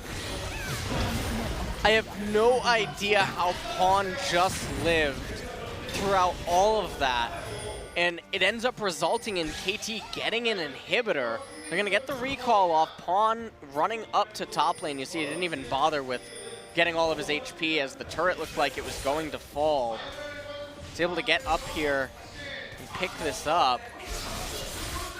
Things are not looking so hot for ROX. What should have been a team comp that should have been able to handily win these fights was not doing so. You see that Mickey able to use that Zhonya's right at the last second, not take too much damage. Then when Pawn actually went in on Songyun, it looked like he should have certainly went down, but they weren't quite able to lock him up. You're able to just live with a sliver of HP, and then that enabled Score and Depth to go back in. Somehow Pawn was actually the one getting the kills. They were able to convert that into an inhibitor capture. Ezreal is such a scary champion to play against when he's fed because he's so slippery, and especially with another threat on the team of KT and Pawn, so much damage and focus goes on to Pawn, and meanwhile Deft is just shredding your front line, your back line. And someone like Deft, he doesn't really miss too many of his skill shots. So making that even a bit more scary. ROX now coming from the right side. Deft's still able to pick up that blue, which is really nice. Gonna make that poking even more annoying. ROX's RNG on this last dragon before Elder. Not the best though, they end up getting the worst of them all. Not the best spot to be in. Smeb even has that Guardian Angel now. So now it's just a question of them making sure that they're shoving in mid lane, shoving in top lane, so even if the Baron fight goes horribly, somehow they would be able to know that, okay, well, ROX can't actually do anything as they don't have any waves available to them. There's the blue ward and the Hawkshot coming out, but look at Linderon teleporting into that back line there. Smeb in the front also trying to lay down that damage. Goes really deep, actually grabs Songyun in the back. Meanwhile, the turrets are going down in the main base, and KT is on the run. Huge stun there from Score, and ROX is just being routed now. Mickey on the run. That's going to be a third kill going over to KT. But it looks like they might be able to pick up Mickey here too. Everyone's going to Disneyland, Brendan. Down he goes. He almost picks up a kill on the way. Depth's like, okay, I don't even want to do Baron anymore. Let's just win the game. Depth doesn't care. He's headed straight to the Nexus. And teleport coming in, locking up that turret from Smeb. They're going to raise this last Nexus turret, and there's no one coming, so the Nexus is definitely going to fall. And ROX Tigers lose game number 2 here, despite a fantastic early game. They were in a pretty good spot. They were not able to capitalize, though. And as you said, game 2 goes over to KT, and they take the 2-0 victory tonight. Not the cleanest of games, primarily because of those early game shenanigans, but KT able to just out-team fight the ROX Tigers time and time again and overcome scenarios and deficits that honestly it just shouldn't have happened, and that was the main concern when watching ROX try to draft standard against KT, is if the game did eventually reach this point where it would come down to team fighting, it would always be a worry because KT would be able to outmuscle them in that regard. And that's what ended up happening. It was very peculiar to see Mickey constantly handshaking Pawn on matching the split when he was so much more important to his team. And so the lane allocations for ROX left much to be desired. KT able to close out the series, but not in a way that would be too satisfying. They're going to reflect on the second game, and taking a look at the final replay here, Linderon teleported in, and KT instantly made the decision, okay, let's just go and sandwich him. Smeb was telling everyone that his desires were a little bit unconventional.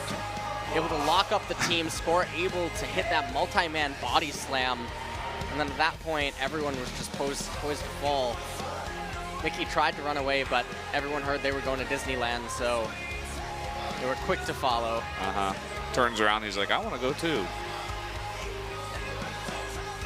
And that was it for game number 2. Not as clean and decisive as game number 1. Deft having a beautiful performance on that Ezreal. And he was the driving force, so if he doesn't get MVP, something's wrong. Yeah, I would have to agree with you. Score had another pretty decent game on the in the jungle, I should say. On that Gragas looked pretty nice too. But that's going to be it for the series. We're going to head to the desk and the MVP interview right now. See you in a couple.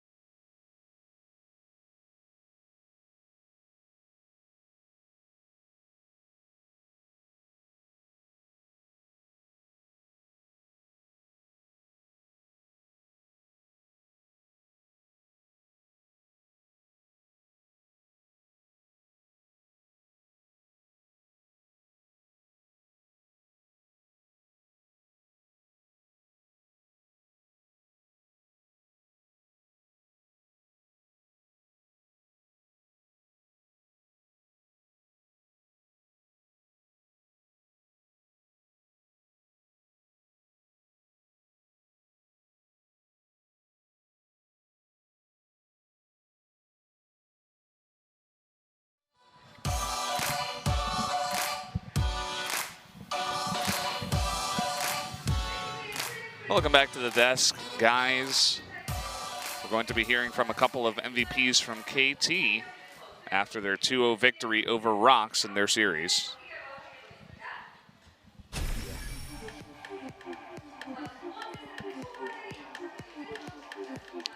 So, kind of what we were expecting with the 2-0, but ROX Tigers having a pretty decent lead in game one. It wasn't game two. It wasn't massive, but either way, they're not able to capitalize on that. KT coming back after a few key mistakes that ROX did make.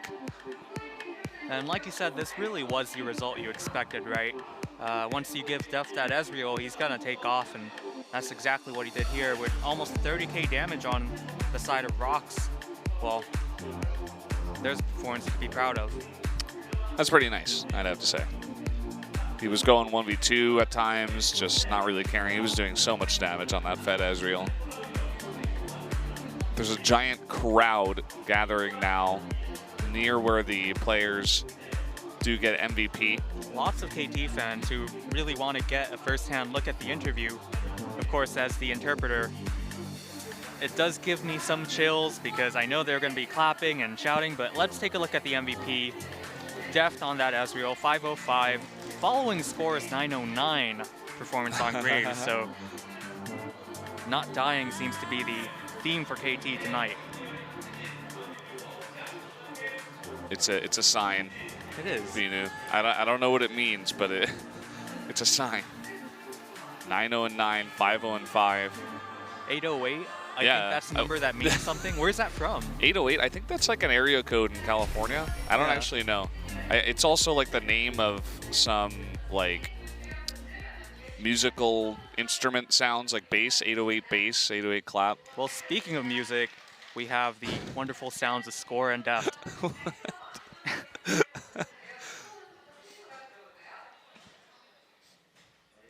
So first, Score, how do you feel about the victory?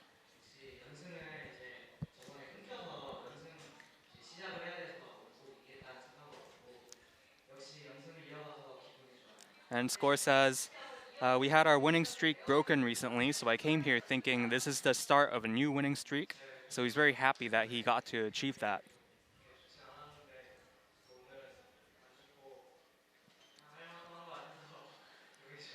And Def says, recently my performance have been a little bit disappointing, so I'm very happy that I had a, not dying and had a good performance overall.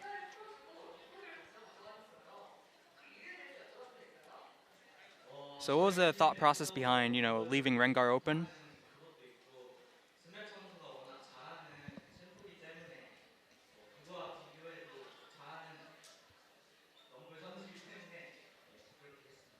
And the main reason being Smeb is a great player. They had confidence in Smeb, and they just thought he's a good enough Rumble to handle the Rengar.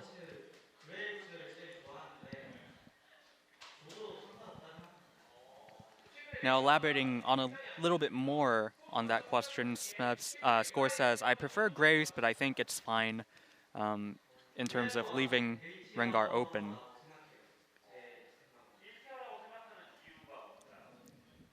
일단 옛날에는 좀 딜 보충을 많이 해줬다면 요새는 탱 대세라서 아무래도 탱킹이 다른 정글러보다 잘 되다 보니까 A티어라고 생각해요. However, he does consider Rengar to be, a top-tier pick still.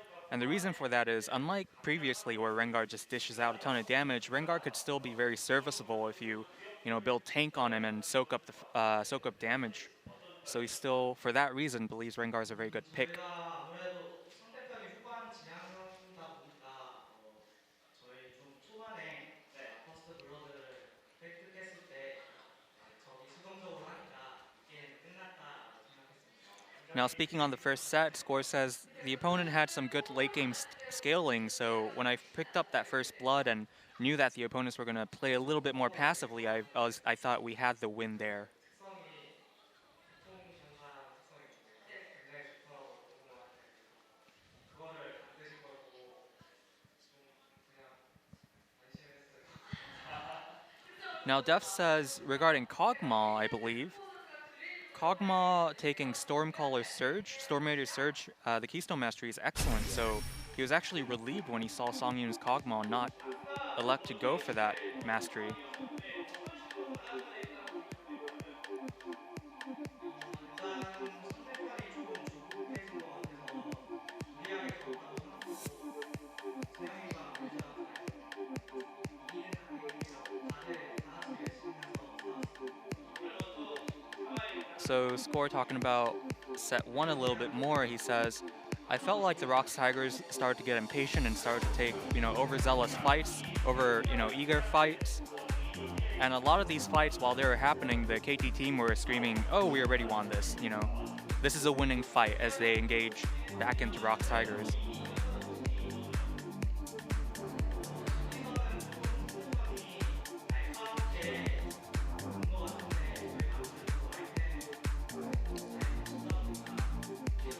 Even here, as the replay suggests, Score says he actually thought the opponents had a really, accurate, aware pick, but KT managed to fire back on all cylinders and hit all their skill shots, which gave them the teamfight victory there. 저희가 BBQ전은 저번에 인터뷰는 못했지만 저희가 SK전 지고 나서 차차 다시 발전해가는 과정이라서 아무래도 경기력은 부족했을 수 있는데 그 경기만 이기면 다시 경기력 회복할 수 있다는 자신감이 있어서. Now, speaking about recent results, Score says their recent, match against BBQ, although they had a poor performance in that match, it was more of a match that was important for their streak because they had just lost to SKT, and regardless of performance, he thought of that win as very important because you could always improve your performance later on. And Deft also saying similarly that moving forward he plans to improve his performances as well individually.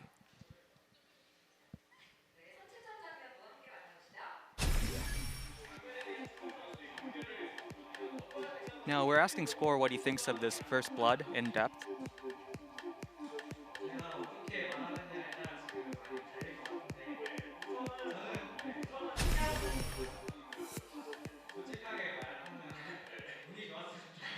So Score just saying, to be honest, it was lucky. I was lucky.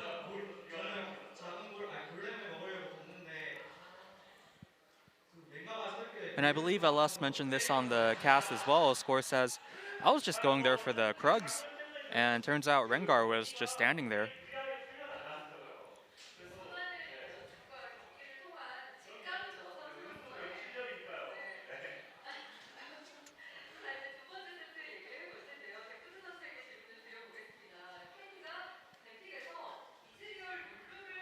So moving on to the second set, KT secured Ezreal and Lulu in the pick and ban phase.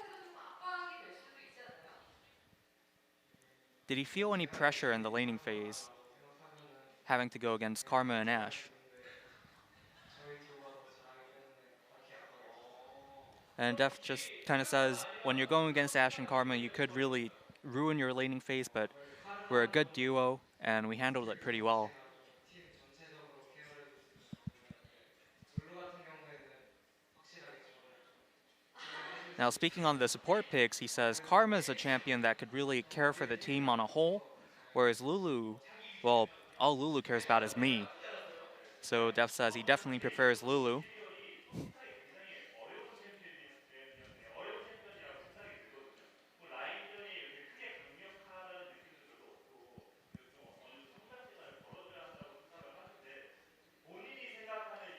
Now, Captain Jack saying he's not a big fan of Ezreal because Ezreal does have a growth curve, maybe not the strongest laning phase, but 준식이가 이즈리얼을 하는데 asking Def what he thinks. 그냥 버틸만 해 보이더라고요. 이즈리얼 정도 이즈리얼을 했는데 그냥 버텨지길래 하고 있는 And Def says, you know, I thought I would have a hard time kind of surviving as well, but I watched Bang play it, and he managed to do it, so I tried it, and I managed to do it too.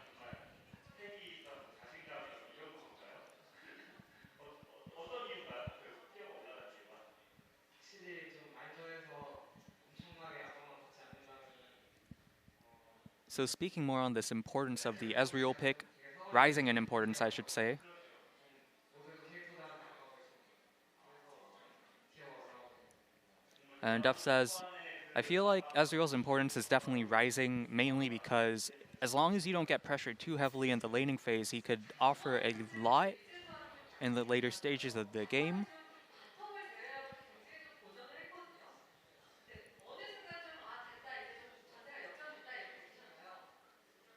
So in set 2, they did have some troubles in the bottom lane. When did they feel confident that they were about to turn the game around? 흰탈 입고 바론을 먹었을 때 우리가 완전 역전했구나라고 생각했고 사실 그 전에도 좀 불리했지만 내가 조합상 살짝 불리할 수도 있는 픽이라서 And Score says, 불리하다고 생각했었는데 at the moment where we won the team fight and secured our first Baron, I knew for sure that we turned the game around. 지고 있는 줄 몰랐어요. And even before that, I thought we had our compositional disadvantage, or we were losing, but we had the compositional advantage, so he was very confident. And Def says, actually, I thought I was winning, so I didn't know we were behind. 사실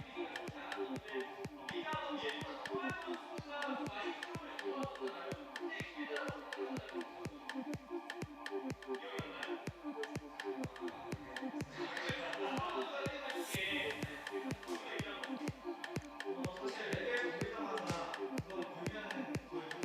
생각하고 너무 가끔씩 브라우스를 잘못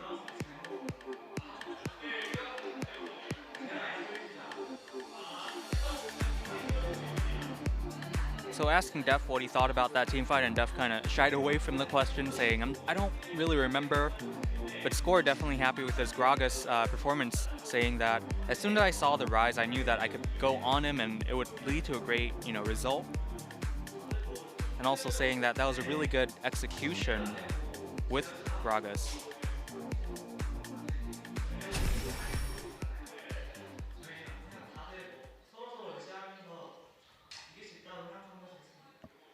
And throughout the rest of the match, all the KT players just stayed motivated and encouraged each other to play hard.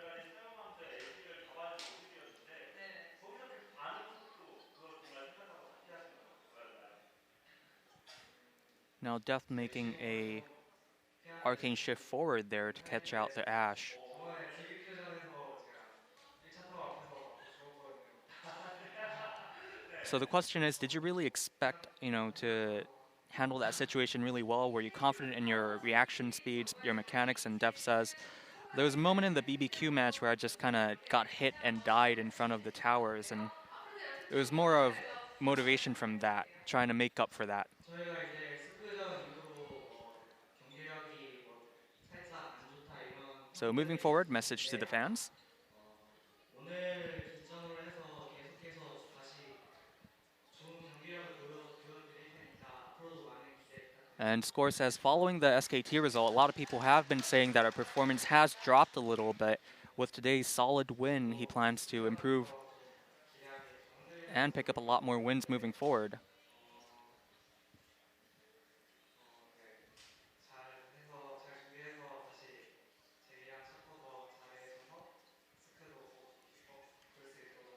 And Def says, I also feel like our form dipped a little following the SKT match, but we're going to do well and make sure we see SKT again. So that's it, short and sweet for the interview as well.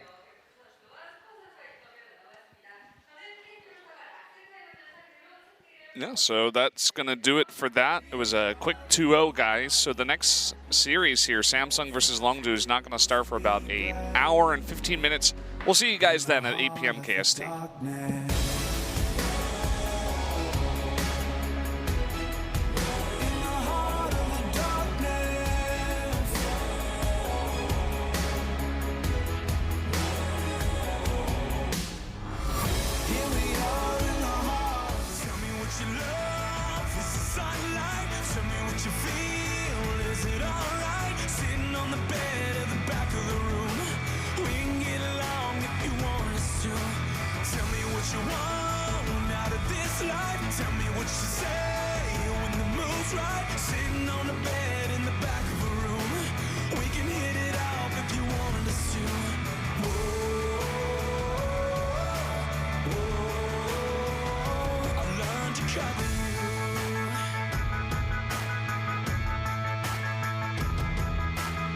Some girls like the boys who are fast.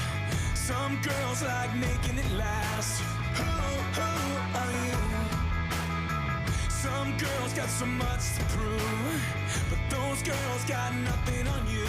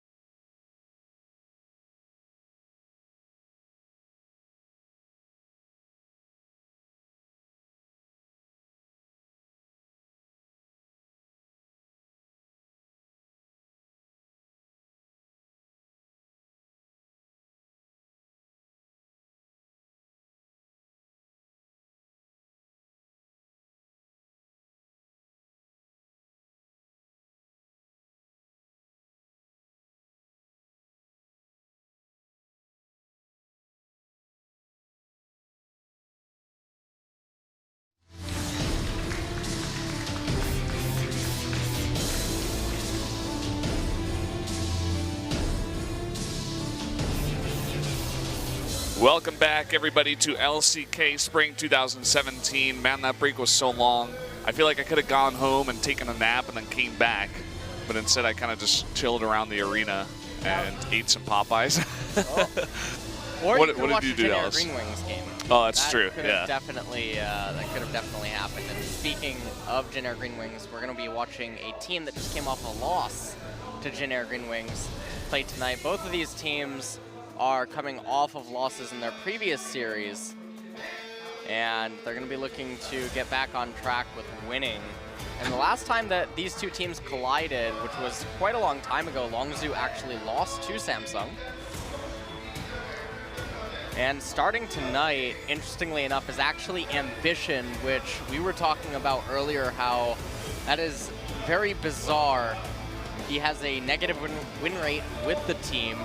And when we're moving on to the second half of the season and wins are extremely important at this point, we really have to wonder, why is he getting fielded?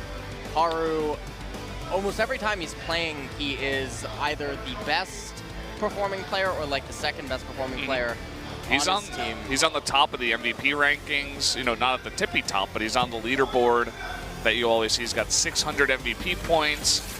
And he's not the sub anymore in a lot of people's minds. Like, Ambition is the sub. And the reason, or the question tonight is, why is the sub coming out against a team that is one win behind you in the standings? What is the thought process? So, very, very interesting pick to bring him in. But let's jump into the pick and ban phase here. And Malzahar starting things off for Samsung Galaxy, responded to with Varus.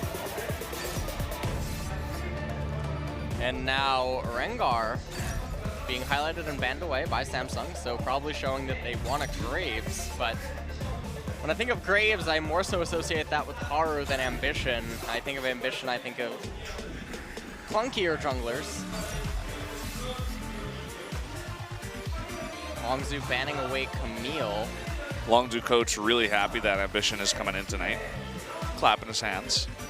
Interesting that Samsung Galaxy actually elects to ban away the Ashe. That is a bit peculiar. Yes, Prey has primarily only played the big three this season.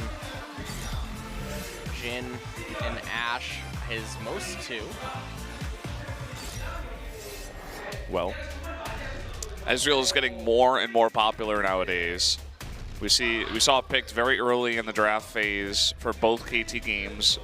Also SKT, picking that very early for Bang. The question is, can Prey be as effective on that champion as very experienced, mechanically sound ADs such as Deft and Bang? Certainly is one of the best Ezreal players in the world. And now seeing AD carries begin to pick him up more and more in LCK is definitely very interesting. Samsung Galaxy a little bit bizarre draft right here, taking the Zyra so early. I think it's a little bit unnecessary, especially when Longzhu haven't fully committed to a team composition. And yet Longzhu looking like they're potentially willing to walk right into it. Ooh.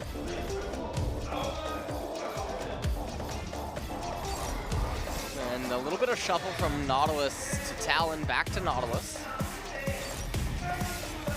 Fly was the player that debuted Talon in the LCK. It could be a bit of mind games too. Maybe they have no intention on playing Talon, but they want Samsung to maybe ban it. And they're like, oh, you know, maybe we should go with Talon. And so maybe Samsung bans it. I'm not sure if they actually will, but gonna start with an Elise ban. Shen now being banned away. I mean, that's interesting as well. Shen wouldn't have a boatload of synergy with the current draft from Samsung. Mostly the Stand United would just be used defensively rather than proactively, as you could find it with either a Kha'Zix or a Rengar pick, or even Elise side of the jungle. We don't know who the mid pick would be for Samsung yet. Bans are a little bit interesting. Banning away the Elise is pretty standard at this point, but we do know that Gragas is on the table. Cassiopeia being banned away from Crown is interesting because I feel like that sets up for Orianna to be picked up by Longzhu, but instead they're hovering the Gragas, which this is a little bit peculiar in the sense that you know that they can't take the Gragas from you. I mean, they could throw it up there in top lane, but I don't think that's something that they would necessarily want to do with their team comp. And so I feel like it would have been a lot safer to pick up the Orianna right there, because now Samsung would have the option to do something like what KT did earlier, where you just steal the Orianna away.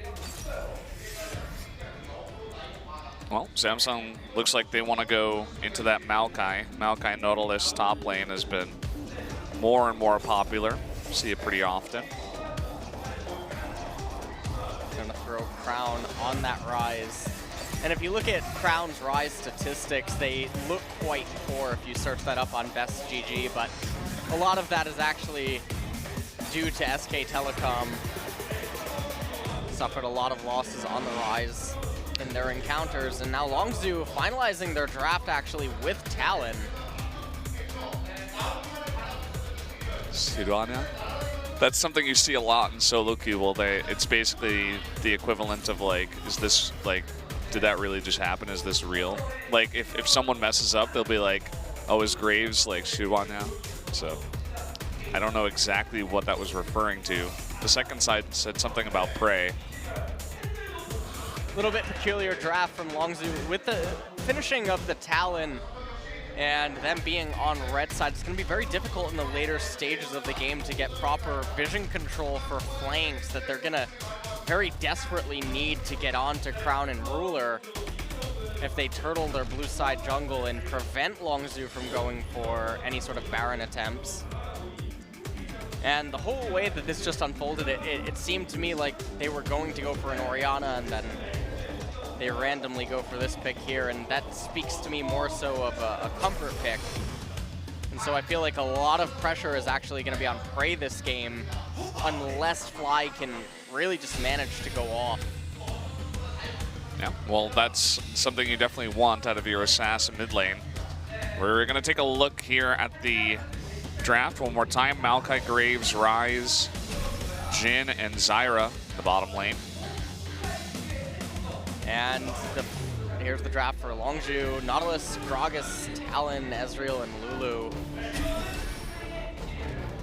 Really, really want to have a pretty easy ramp into mid-game, and if they can't find it, I don't know what they're going to do against the scaling of Jhin and Rise. Yeah, it's going to be interesting. Let's jump into game number one right now. Samsung versus Longzhu.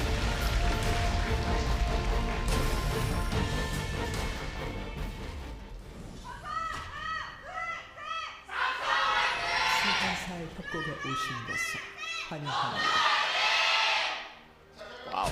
Longzhu definitely won that one. Yeah, they definitely won.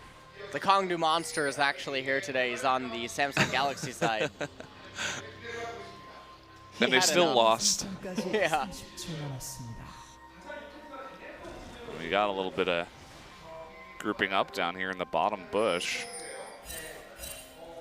Actually pings on Jhin. Ruler in that brush. Prey doesn't face check it. Summoner's Rift Gods not very happy with the Ambition start. They reward both teams with an Ocean Drake to kick things off. Fantastic. Everyone is so excited with that. Both junglers going to be having standard starts.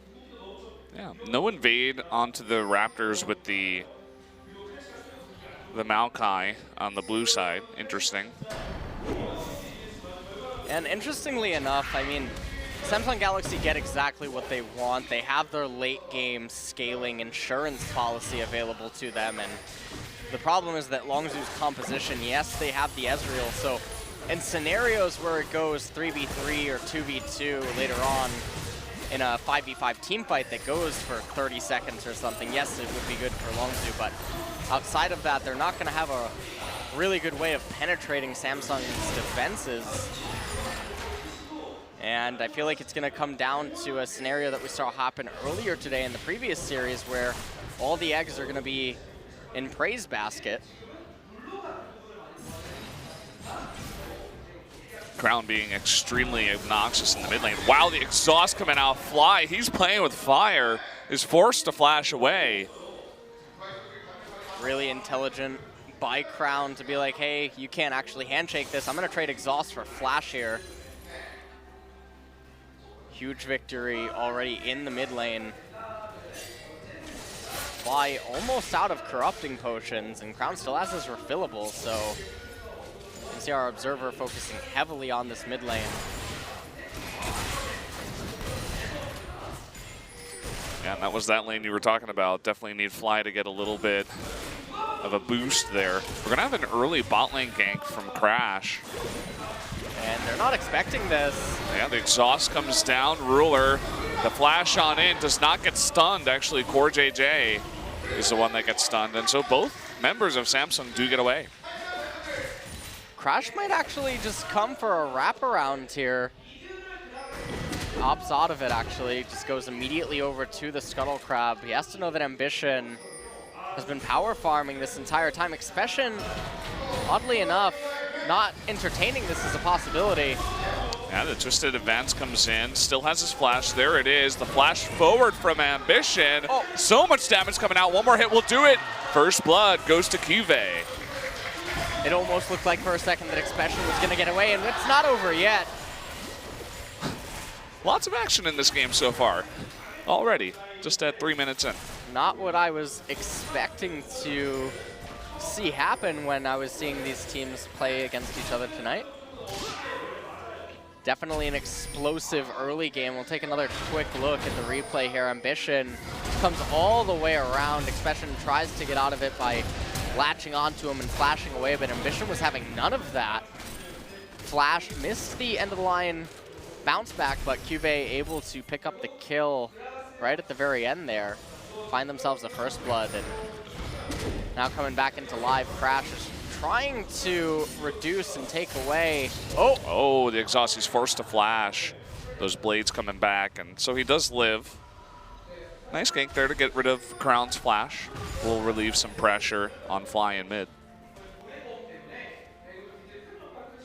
Fly letting the lane lock in front of his turret. He's already recalled once, so he's definitely looking to wait a little bit longer. Probably gonna go into Hex Drinker as his first item. Ambition level 5, Crash is level 4. Super behind in the jungle right now. And when you're looking at the Longzhu team composition, you would think that they would be looking to have a one item, basically like a spike at that point. Use the teleport play, have the Gragas be aggressive early on, and probably just go Monomune on Prey.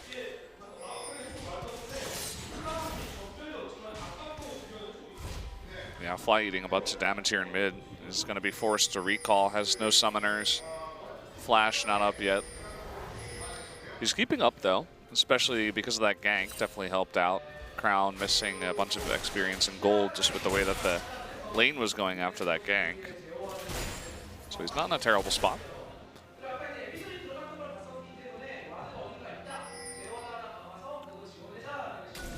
Crash coming in to try to get some vision control down. Gonna give away his location though.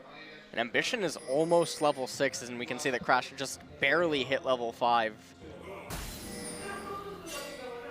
Yeah, so the Ambition pick so far is working out with that successful first blood top lane. Ambition entire level ahead right now. He's level 6. Crown even moving up. Try to get some vision control. Eats away the plant.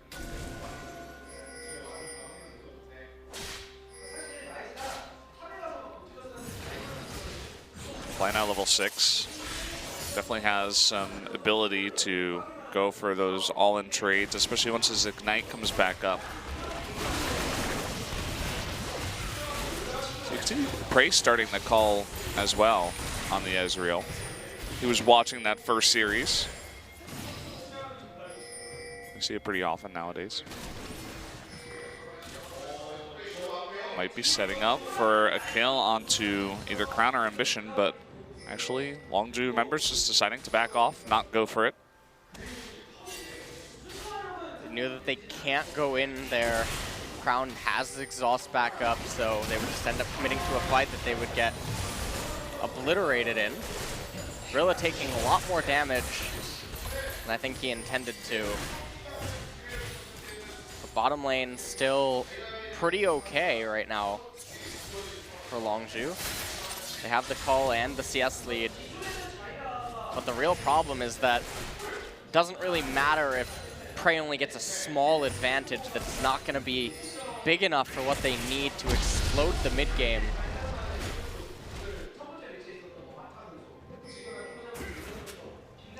This blue is up, and Ambition is just going to walk right on in. There was no vision, I don't believe, of him walking specifically into this side of the jungle.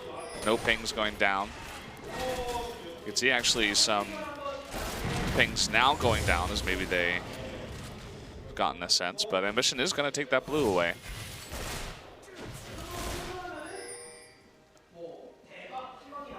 Now when Crash arrives here and realizes that his blue's been taken away, he doesn't really have too much to do. He can probably assume that he's been spotted on top of a ward, even though his sweeper missed finding anything. And so if you're him right now, you're in a really uncomfortable spot. You know that you can't really get a gank off in bottom lane. And on top of that, you know that mid lane is going to be defensive, waiting for the blue handoff. And this is just a very painful spot to be in right now if you're Crash. That ward that he just set up is not to really look for Ambition, it's more so to set up for Expression. We might have a 5-man party in bot lane. You can see Expression teleported. Samson. Well, he recalled. Yeah. Samson was going in there. It seemed like they had a good idea. They were really trying to discourage the Longzhu bot lane from getting in on top of them. And it turned out that it worked. Longzhu had recalled Expression to potentially teleport him to that ward that Crash had just placed all the way back into that Krug area. But Samsung read it correctly and pushed out the wave, so they had nothing to work with, and that would have been way too risky of a dive. So now we're almost at 10 minutes, and Samsung at about a 1.5k gold lead almost. See, Crash continues to be unable to really find any opening. Has to be one of the worst feelings. Now hanging around with Gorilla. Couple of buddies going through the jungle together, taking out wards. You can see the same here for Samsung.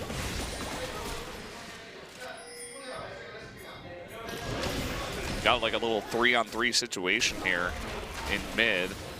A couple of wards in the side of Samsung's jungle, so they have to be careful about that teleport behind them. Expression still does have that, as does Cuvée.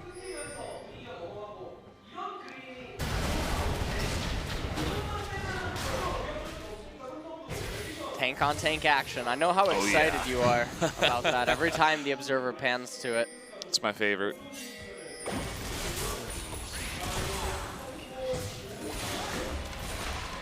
JJ coming from the side, and actually we had Crown rotating down, but no root landed. Ambition was also there.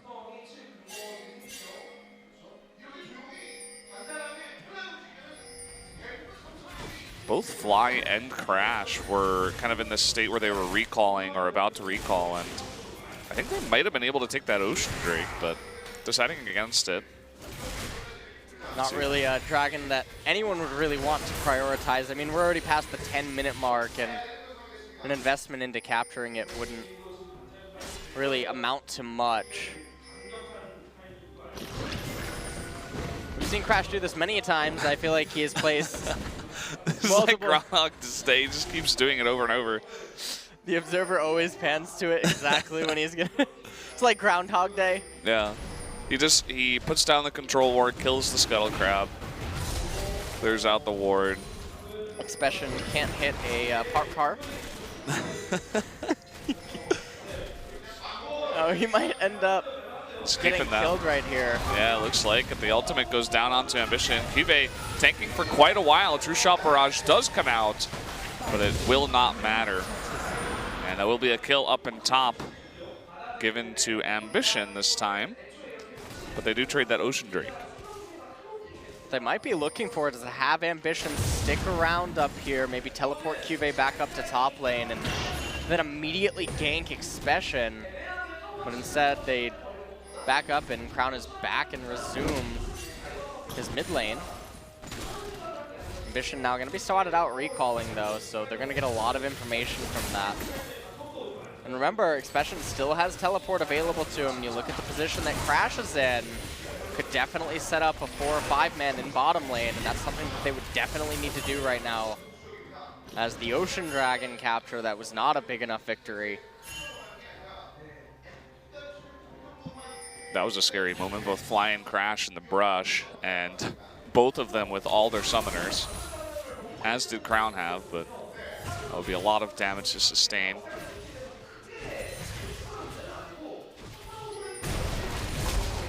Oh yes, back to the top lane. Love it. Love to watch that. Need our observer to get back up there. I don't care about this blue buff. This isn't what excites me.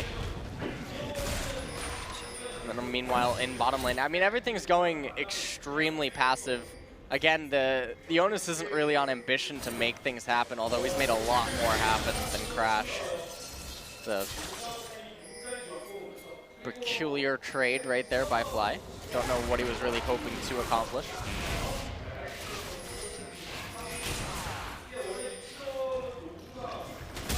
We have a little 3-on-3 down here in bot, as both Ambition and Crash are hanging around.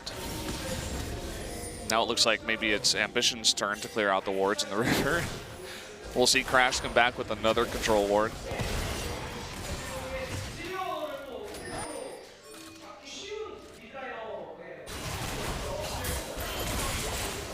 At this point, it's a little... I don't even know exactly what to say. It's just awkward to see that Crown and Ambition aren't making more use of the wave clear. Look at this. I mean, he arcane shifted forward, so almost ate a huge amount of damage, and Gorilla eating a ton of damage for that as well, assuming that they had recalled. They're under heavy pressure. They're going all the way back to double recall. But again, Crown and Ambition not really making use of that Rise ultimate, or the fact that Crown would have actually superior roaming potential over Fly. I feel like they could really abuse QV up in top lane. Get him ahead and make sure that Expression really just gets set behind and even open up the first blood turret of the game.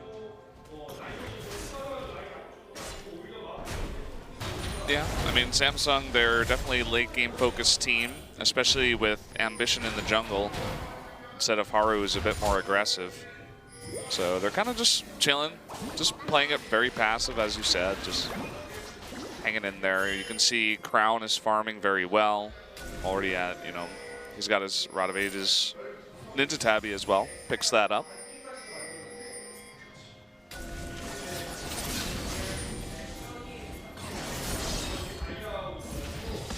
And Fly getting absolutely gutted in that trade just now. And so far, I mean, Longzhu's team composition have not been able to come up with anything that they really needed. Now, they're only about 2,000 gold behind, but again, we talked about earlier on how they need to have more gold than the Samsung team comp. And so when they're coming up short... Oh, hold that thought. Gigantic root here to both Crash and Gorilla. Will they go for the dive? Immediately, Expression comes with the teleport down. The flash crit, and Rise picking up the kill in the back on the Lulu. Now Prey is all alone. JJ tanking that turret. Looks like they can't stay that long. Fly not going to be able to fight there against Crown. He's got to land those shots here. Will the fourth one land? It will. Does miss the root, but here's Crown for the cleanup. That's going to be another kill going over to Samsung. And all of a sudden, this is open, wide open. It's 5-0 Samsung now. Yeah, the game just got completely turned on its head. Ruler and JJ going to pick up that first blood turret of the game. And the top tank battle was long and extended, but Samsung Galaxy just eviscerating Longzhu here at 17 minutes into the game now, 5K gold lead. And the real star of that fight, I mean, Crown did so much at multiple different points, even denied Fly's ability to actually enter into it from over the edge. Probably get a replay of that in a second here. That wave clear Fly just can't really match up with it, and the way that he's been forced to itemize as well is also not doing him any help. He's gonna be able to just get completely deleted by the Rise, the Graves, and even the Jhin, and so his assassination attempts are also gonna be cut short. But take another quick look at the replay. Crash and Gorilla had no idea what was about to hit them, and it almost looked like he were gonna live for a second. Deadly Flourish even failed to land. Teleport got canceled. And now watch Fly over on the left-hand side. He's trying to come down and get a wraparound, but unable to do so as Crown just deletes 70% of his HP before coming back into the fight to pick up the final kill onto Prey. Doing so much work. And meanwhile, in live, Samsung able to pick up an Infernal Drake. Really helping out their top. Fly jumping into 3 members. He just had no vision. Assumes that Ambition was alone. Will pay for it with his life. And I mean, this started very passive up until about 2 minutes ago, but now we're on a bit of a roller coaster. And this is one of the problems with the Assassin picks is if you don't either stabilize in mid lane, or if there's no roams, or if none of your side lanes are really doing much work, then it's going to be an added burden. And so there's a risk and reward, but I feel like it's definitely much riskier, especially when a team is known for mid and late game and you're going up against them. It's always going to be scary because that means that you're that much more hard-pressed to come up with something in the early game.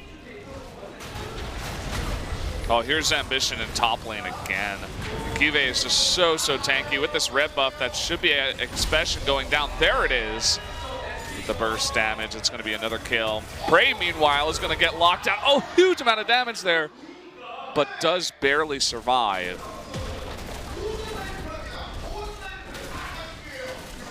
Samsung pick up yet another turret. Prey being forced to recall probably means that a lot of turret damage could go down onto mid, unless Crash rotates over, which he does. But meanwhile, I mean, the whole story right now is that Longzhu are trying extremely hard to stabilize. Uh-oh, Fly kind of walking right into it again. Is he going to be able to parkour his way out of here? Looks like it. Barely manages to escape. Also interesting to note, Crown's itemization basically signals that he's not really interested in the scaling part of the game right now. He wants to get as far ahead as possible. He feels extremely comfortable just trying to get that Seraph's Embrace as soon as possible. And it really just feels like the gold is everywhere that it needs to be for Samsung. The majority of the assists are actually on Ambition and Core JJ, and that's where you would want them. Yeah, oh, the lockdown to Gorilla, and the collateral damage just erases him. And I really like what Samsung's doing, you know, taking bottom and capitalizing on Longzhu's mistakes over and over and over again. They've taken all 3 tier 1 turrets now as a team, and they're just getting so far ahead. It's kind of running away from Longzhu at this point. 8,000 gold ahead is Samsung. And another Infernal Drake is next. So that could be pretty huge for Samsung if they're able to pick up 2 in this game. And you can just look at the itemization yet again, and it's really just proving to be very problematic. So much magic resistance outside on the side of Longzhu means that Graves and Jhin are just going to deal enormous amounts of damage, and all the ninja tabbies on the side of Samsung is really putting a dent in Prey and Fly's ability to do anything. Fly actually just seems like a Fly in this game. He's just like an annoyance. You know, he runs up to you and you just swat him away. You either kill him or, you know, like he just runs away, right? Yeah, but he's not the smart Fly dude. He's the one that doesn't move when the Fly swatter's coming down. He runs into the lamp like 5,000 times and just doesn't understand that he's never going to get the light. It's like that blue light that attracts them and then kills them. That's what Ryze is in this game. That's what it looks like. Keeps running straight into it. You were talking about that assassin. It's not assassinating anything in this game so far. It's assassinating his team's chances at victory. And right now, I mean, Samsung, they can just go into a 1-3-1 and you put Crown down there in the bottom lane to keep control and pressure over it because you know that the Dragon's coming up. He can jump in with the 3 in mid at a moment's notice with his ultimate. And you can see that Expression can't really do anything to match him or even contest his push, and that just means that slowly but surely the tower would go down. And obviously Cuvée, he doesn't care who comes up to him in top lane. He can sustain basically a 1v2 and manage to eventually get away. Okay, this might be a chance here for Longzhu. They find Ambition with the teleport from Expression. The cast knocks him away, but it will still be enough. And oh boy, Samsung, they're going to try to turn this one around. Curtain Call comes up. Really nice aim there. Locked down with the Rune Prison. And meanwhile, Cuvée in the back line, locking everyone down. Looks like maybe Fly was trying to get onto Ruler, but couldn't find him as Ruler was following up with his team. And Fly's just going to awkwardly go to mid lane now. Not even sure whether it's a recall, so another fantastic fight here for Samsung. Fly looking a little bit clueless right now on what to do in this situation. Couldn't find a way in on anyone. And even without Ambition doing anything, Samsung were able to quite handily turn that fight around. They're going to be in position now to also take the Infernal Drake, and I'm curious to see how much of a bolster to the stats that's going to actually give to, say, Jhin or Ryze right now. Fly tried to get mid tier 1, unable to find it. He might look for an assassination on Core JJ, but Cuvée being so close by is going to dissuade him from doing so. Infernal Drake actually now started by Ambition. They know that Crash is nowhere near. Yeah, in fact, everybody on Longzhu is up in the top side of the map. So, no vision here on the Drake. And that's going to be the second Infernal Drake that goes over to Samsung. So I believe he just got 20 AD from that Infernal Drake. So he just got 2 long swords, 700 gold value, and that was just Ambition. Ruler has even more AD right now. So I can't imagine what he just got from that. Maybe a pickaxe in terms of value. Obviously, Crown getting a ton as well. So the Dragons are definitely beginning to create a lot more pressure than what the gold value would lead you to believe. Almost a 10k gold lead, but it certainly feels a lot worse than that because of them. And I'm curious to see what Samsung is going to do following up here. They've taken the bottom tier 2. Looks like they're just sending Cuvée down into bot. And the rest of them just going to hang around top and Baron. Look at the dead man's play on Crown. He recognizes, I am so far ahead right now, and the only way that they're going to win a team fight is somehow taking down Crown, Ruler, and Ambition. And so he itemizes in such a way that it's going to be extremely unlikely that they can delete him, even if they can catch him out of position somehow. It's something you talk about a lot, even on your stream, where it's like, if you're ahead, just make it so that they can't kill you, instead of, you know, adding just some more AP, because you're already going to be chunking them for so much. Just got to make sure you're alive. Here comes Cuvée, walking fearlessly into the enemy jungle. See the forward control wards are going down. They're just clearing out so much vision and making this really hard for Longzhu to get even close to that Baron. Okay. Well, I look away to cough, and then all of a sudden I come back and, oh, Prey's dead. Interesting. Missed that one. And they are starting the Baron. Crown one-man army. Well, now he's got Core JJ who knocks up 2 of them. And Crash, he won't even get the opportunity to be a hero. He's not even going to try. Just that team of Crown and Core JJ, nobody can get near. There's so much lockdown with the Rune Prison, the Rune from Zyra. You're not getting close. I think it really says a lot when your jungler, mid, and support are too afraid to go in 3v2 at this point. Especially when you're having an assassin and a pretty bursty tank jungler. Taking a look at this replay, I mean, this was a pretty standard pickoff from Prey. Just stepping a little bit too far forward needlessly, gets punished for it immediately by Samsung. Yeah. That millisecond reaction time at a ruler. Gets the lockdown with the Deadly Flourish. And now with the Baron in a decently big wave up in top and in mid, they're going to push 2 lanes at the same time. This kind of looks like game 1 of KT versus ROX earlier on, just taking a little bit longer to get there. Now actually, Samsung being a little bit overly cautious. Ambition, you can see even with everything, Fly is still just no match. Crown, he does get polymorphed here. He turns around and actually fights his way in for a bit.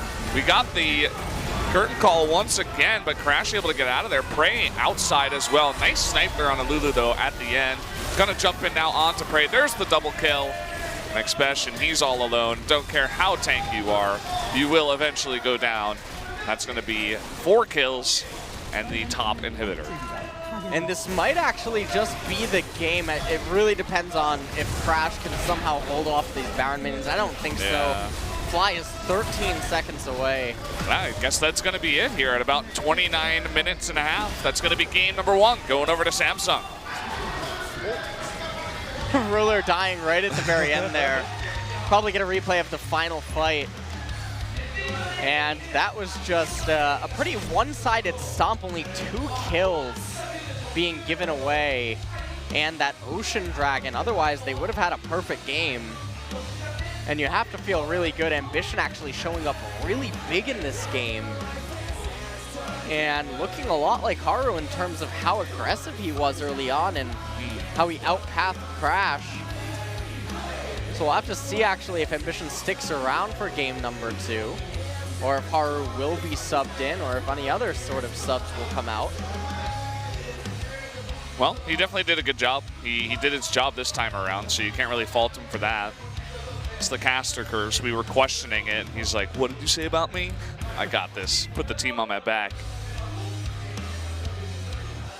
There he is, actually, walking in front of us. Longzhu get punished for a pretty vulnerable draft that had a lot of reliance on different factors, but we're going to be heading to the analyst desk, and then we'll come back for game number 2.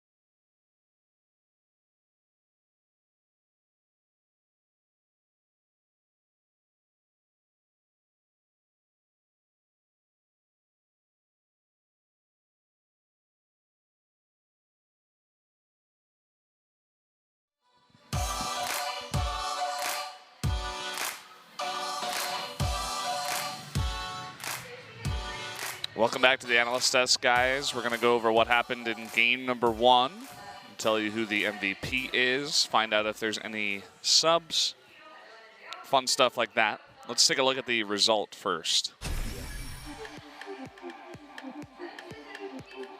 And we have another game that finished in less than 30 minutes. Well, only 20 seconds till 30, but still very quick games going on tonight as Ambition comes up huge for Samsung. Yeah, definitely doing pretty well this game. Would not be surprised to see him coming in again for game 2. Of course, it is Samsung, so. But meanwhile, this was one of those classic Ambition games, I feel. They start out the game, and after some point, for some reason, Ambition's about 40 CS ahead in farm, and then Samsung has a stroke of genius, gets massively ahead. He even got picked off in the later stages, which was so staying in character for him. And then that also resulted in a Samsung lead, eventually rolling into the victory for set 1. It's funny to see, even with all the assists, he's still the lowest damage.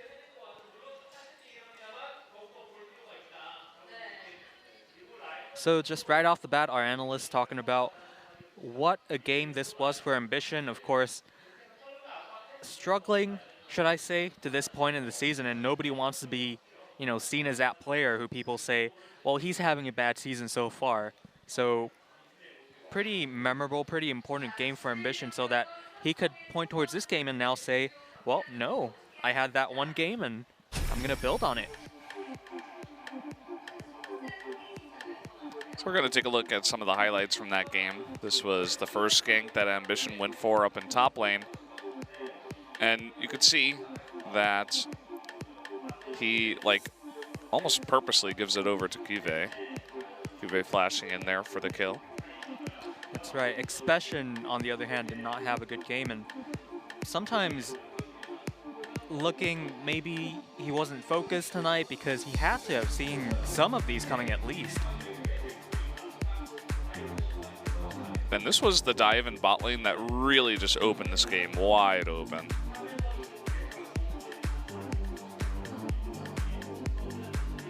Two kills in there, Praise all alone. Crown, in the meantime, is warding off Fly on the left side. It's almost like a group of cats toying with the mouse. Just have to feel for Prey as he does go down in the end. And then I believe this is when Ambition does get picked off. Yeah, it gets picked off, but it actually leads into That's right. Longzhu getting out of position. Big knock up from Core JJ. Classic Ambition game right there. Pretty much. Crown is just doing crazy amounts of damage at this point. Of course, looking forward to the next set. Like you said, there might be some substitutions. After all, it is Samsung, and Haru almost the polar opposite of Ambition at this point. In fact, if I remember correctly, Haru does have the #1 ranking in terms of First Blood participation this season. The master of First Blood. So let's see who the MVP of the game was, and it's Ambition. So there you go. He's got his first MVP tonight. He did it. 417 and 192 CS. Of course, he did spend most of that game about 40 CS ahead of Crash, so that's something that I would like to see more of in terms of what the CS differential was between the junglers.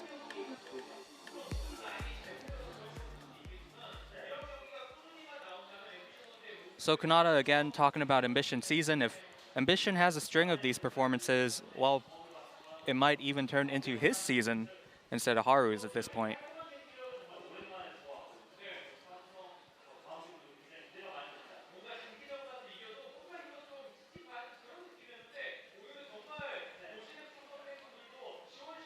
And a very solid game throughout from Samsung as well. Talking about recently, Samsung's performances may have left a little bit to want more, in the later stages, but looks like we're headed to set 2 immediately. Yeah, so guys, we're going to see you in about 2 to 3 minutes, and we'll be back with game number 2.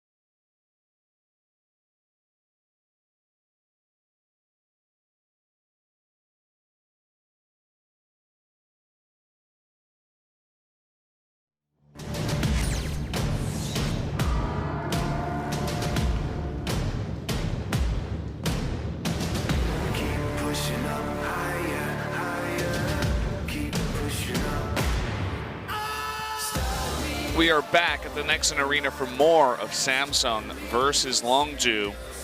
Samsung able to take that first game in under 30 minutes with ambition in the jungle. Definitely a pretty good performance after how the beginning of the season went for this player. Definitely having a little bit of an uncharacteristic game. Lots of early aggression, superior pathing to Crash, and really just being extremely proactive on the map instead of responsive. And I didn't mean through warding or anything. He was definitely making things happen where they weren't supposed to even. And so we'll see if he can actually help Samsung close out the series 2-0 as we jump into game number 2 here. Longzhu whiting. Let's see if they can white. Fly is looking decimated. I wonder how much of an emotional player he actually is, because whenever they lose, he always seems so desolate, I guess. Yeah, I mean, he was essentially useless in that last game on the talent. I doubt we'll see it again. I don't think that would be a good idea, but we've seen crazier things. Longzhu this time on the blue side. You ready for the Malzahar into the Varus, into the, let me think here, either Graves or Rengar, into LeBlanc, and then it might get hard. Let's see. Oh, there's always Camille, and there she is. You forgot about her. Forgot about her. I forgot about that. Probably not gonna. Yeah, there it is. The Rise. I was about to say, probably not gonna let Crown have a Rise again. Fly just doesn't want. Look at that. They're gonna maybe ban Graves here instead of LeBlanc. Now Longzhu have to actually take the LeBlanc. They're forced to. They are indeed forced to take her. And now Samsung Galaxy, obviously, they came prepared for this as they intended to leave LeBlanc up. So Longzhu have probably been thrown a curveball right here, and with Rengar and Graves off the table, Samsung quick to pick up that Kha'Zix. And they're gonna take away, potentially, the Jhin from Prey. That is his most played, but you've already seen that he is willing to play Ezreal. Rilla had a pretty good game on Jhin. He did the most damage in the entire game. I would be pretty happy as Samsung to take it away from Prey, who, as you said, is pretty famous on that AD, and then just give it to Ruler, who already had a good game. Is feeling good on it. And they are going to respond with the Ezreal once again. So they're showing the Korean commentators for some reason, which means that the light that's as bright as the sun was shot into our lights. One of the signs said that the Korean commentators are so handsome, so that's why we were getting a look. You guys can decide for yourself. Now, going back to the draft, Ezreal Karma actually locked in. Probably means that Samsung could just respond with a support here, but instead, actually, they're highlighting Corki. And remember, this is patch 7.4, so LeBlanc isn't absolutely gutted yet. Looks like Samsung are going to respond to the LeBlanc pick with Corki. And now they're going to choose to begin to target away the remaining jungler picks. Oh, that's interesting. The science says that Samsung hasn't lost a series in this season in Gangnam Studio here at SPOTV. So, pretty interesting.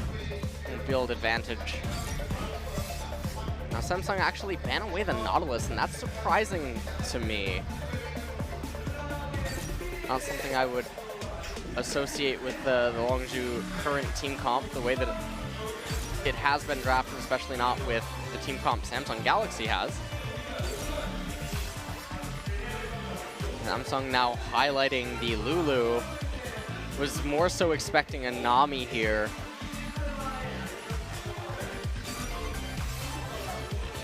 So now the question is going to be, can Samsung weather the storm in bottom? We have yet to find out what the jungler is going to be for Longzhu, and Crash now potentially going to get Elise in. It's being hovered. The other option would be the Gragas here. A lot of their faces seem very unsure and uncertain. Yeah. I mean, imagine you're Crash and you kind of got owned in the jungle in game 1 against a guy who's had a pretty bad season overall. It's got to feel not so good.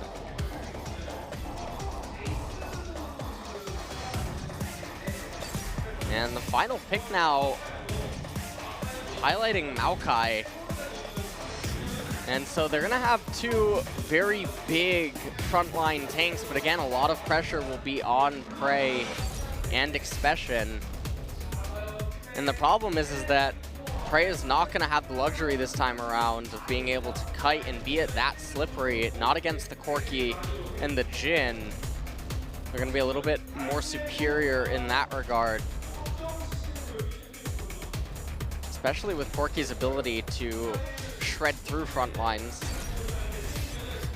Now the final pick for Samsung, they are highlighting the Shen.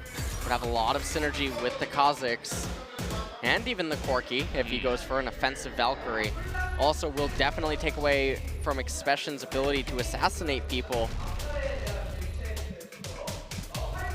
Yeah, pretty nice defensive pick. Can also be used proactively, as you were just mentioning.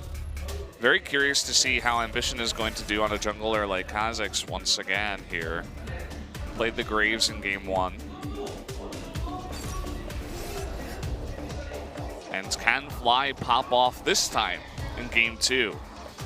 It did not work in game 1 on Talon. And that's maybe an understatement. So, can the LeBlanc come out here?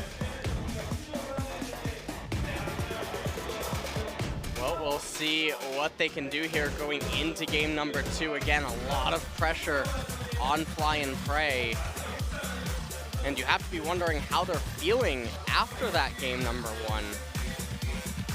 They're going to have the advantage in bottom, but the mid-jungle duo dynamic is going to be even more important in this series than it was in the previous one. Yep, so going to take one final look at the compositions. Maokai, Gragas, LeBlanc, Ezreal, and Karma. Crash is really going to need to make stuff fly in the early stages of the game for mid and top. And on the flip side, Samsung Galaxy with Shen, Kha'Zix, Corki, Jhin, and Lulu, they're going to be a little bit more content to sit back until the mid game kicks in. It's a nice Samsung composition we got. And you guys can see one last look, and that's going to do it. We're going to jump into game number 2 right now, Samsung versus Longzhu.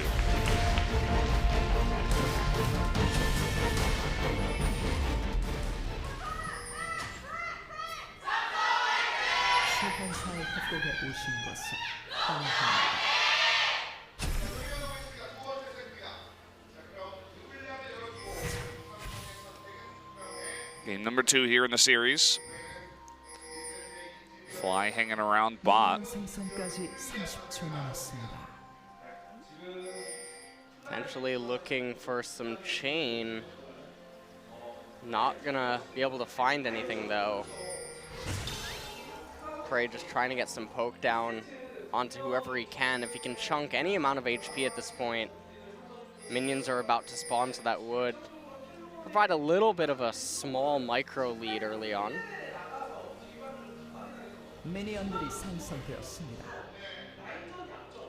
Roller starting with that boot start here. See that every once in a while. Will definitely help out with dodging the skill shots of both Ezreal and Karma. Makes you a lot more slippery. It also allows you to get in closer to the enemy AD so you can land your 4th bullet with the crit. So it's a very nice leash actually for Crash. Thanks to Expression Saplings. And now both junglers starting on the Raptor camp, but it's obvious that Crash has a little bit of a head start in the clears. Brian Gorilla dishing out tons of damage. CoreJJ probably going to take a little bit more. Trying to dodge as much as possible, but nice play so far by Prey. Oh, the aggressive level 2 here from Crown. This is looking familiar. I mean, this happened in game 1, except Fly actually lost his flash in that game. Taking a pretty big chunk, but Crown did miss 33% of the CS. Only able to get 8 out of the first 12. And so in that regard, Fly is actually even in CS still, despite the way that the trades went. Cuvee decimating Expression in the early trades as well. And we take a look at the route that Crash has taken. He went Raptors to red to blue to Wolves, and all that that says to me is what? With a question mark, by the way. And the question mark's pretty big, Brendan. It's bolded as well, because it doesn't make any sense. Didn't need to go to the blue buff and waste the duration on it. You can make an argument that its respawn would come up sooner, but that's pretty much irrelevant. He could have just opted to clear the Wolves, clear the Gromp, and then get the blue. And then his on-map presence would be greater. But instead, he's actually falling behind in tempo ever so slightly. Because again, Ambition, he's not the one that needs to make things happen.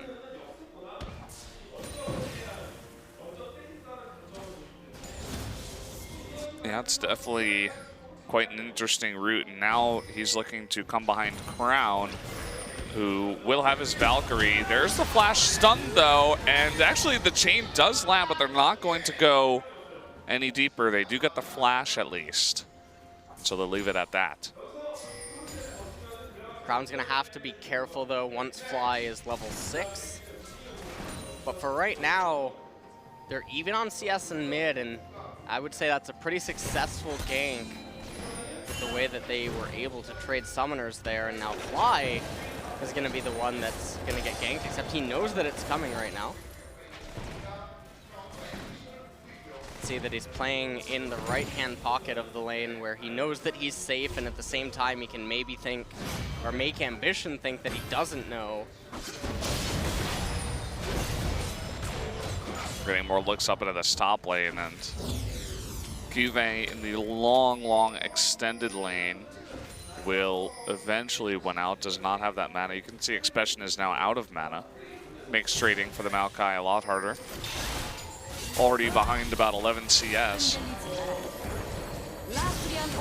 Rula didn't quite latch on at the end right there. And this time around, Prey is having a much better time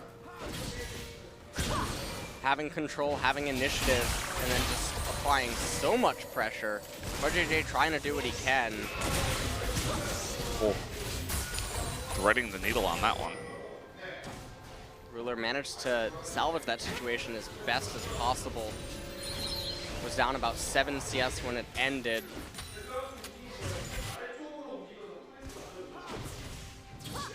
Now Ruler actually being forced to back all the way up. He has to respect the possibility that Crash could just come around and he can get sandwiched underneath this turret and go down. Crash actually was nearby, not near enough to go for that dive, but was just there clearing out some vision. The mid lane Fly, even after getting that flash off, not able to. 6 is hit here by Crown, and he is going in. There's the exhaust. He wants the flash. He wants it bad. He will not get it, as Fly does live to see another day. Fly has to be super careful right now. He's waiting for level 6. That base level is not just the extra skill, it's also the HP. So really good by Fly to know that he wasn't in any real danger. Now with Cuvée having level 6 though, everyone on Longzhu, they have to be a little bit more careful and respect the fact that Shen can join the fray at any second basically. Oh, he lands that second chain. Ambition will get away. Now support's kind of having their little duel here for vision. Actually, Gorilla is a level up on Core JJ.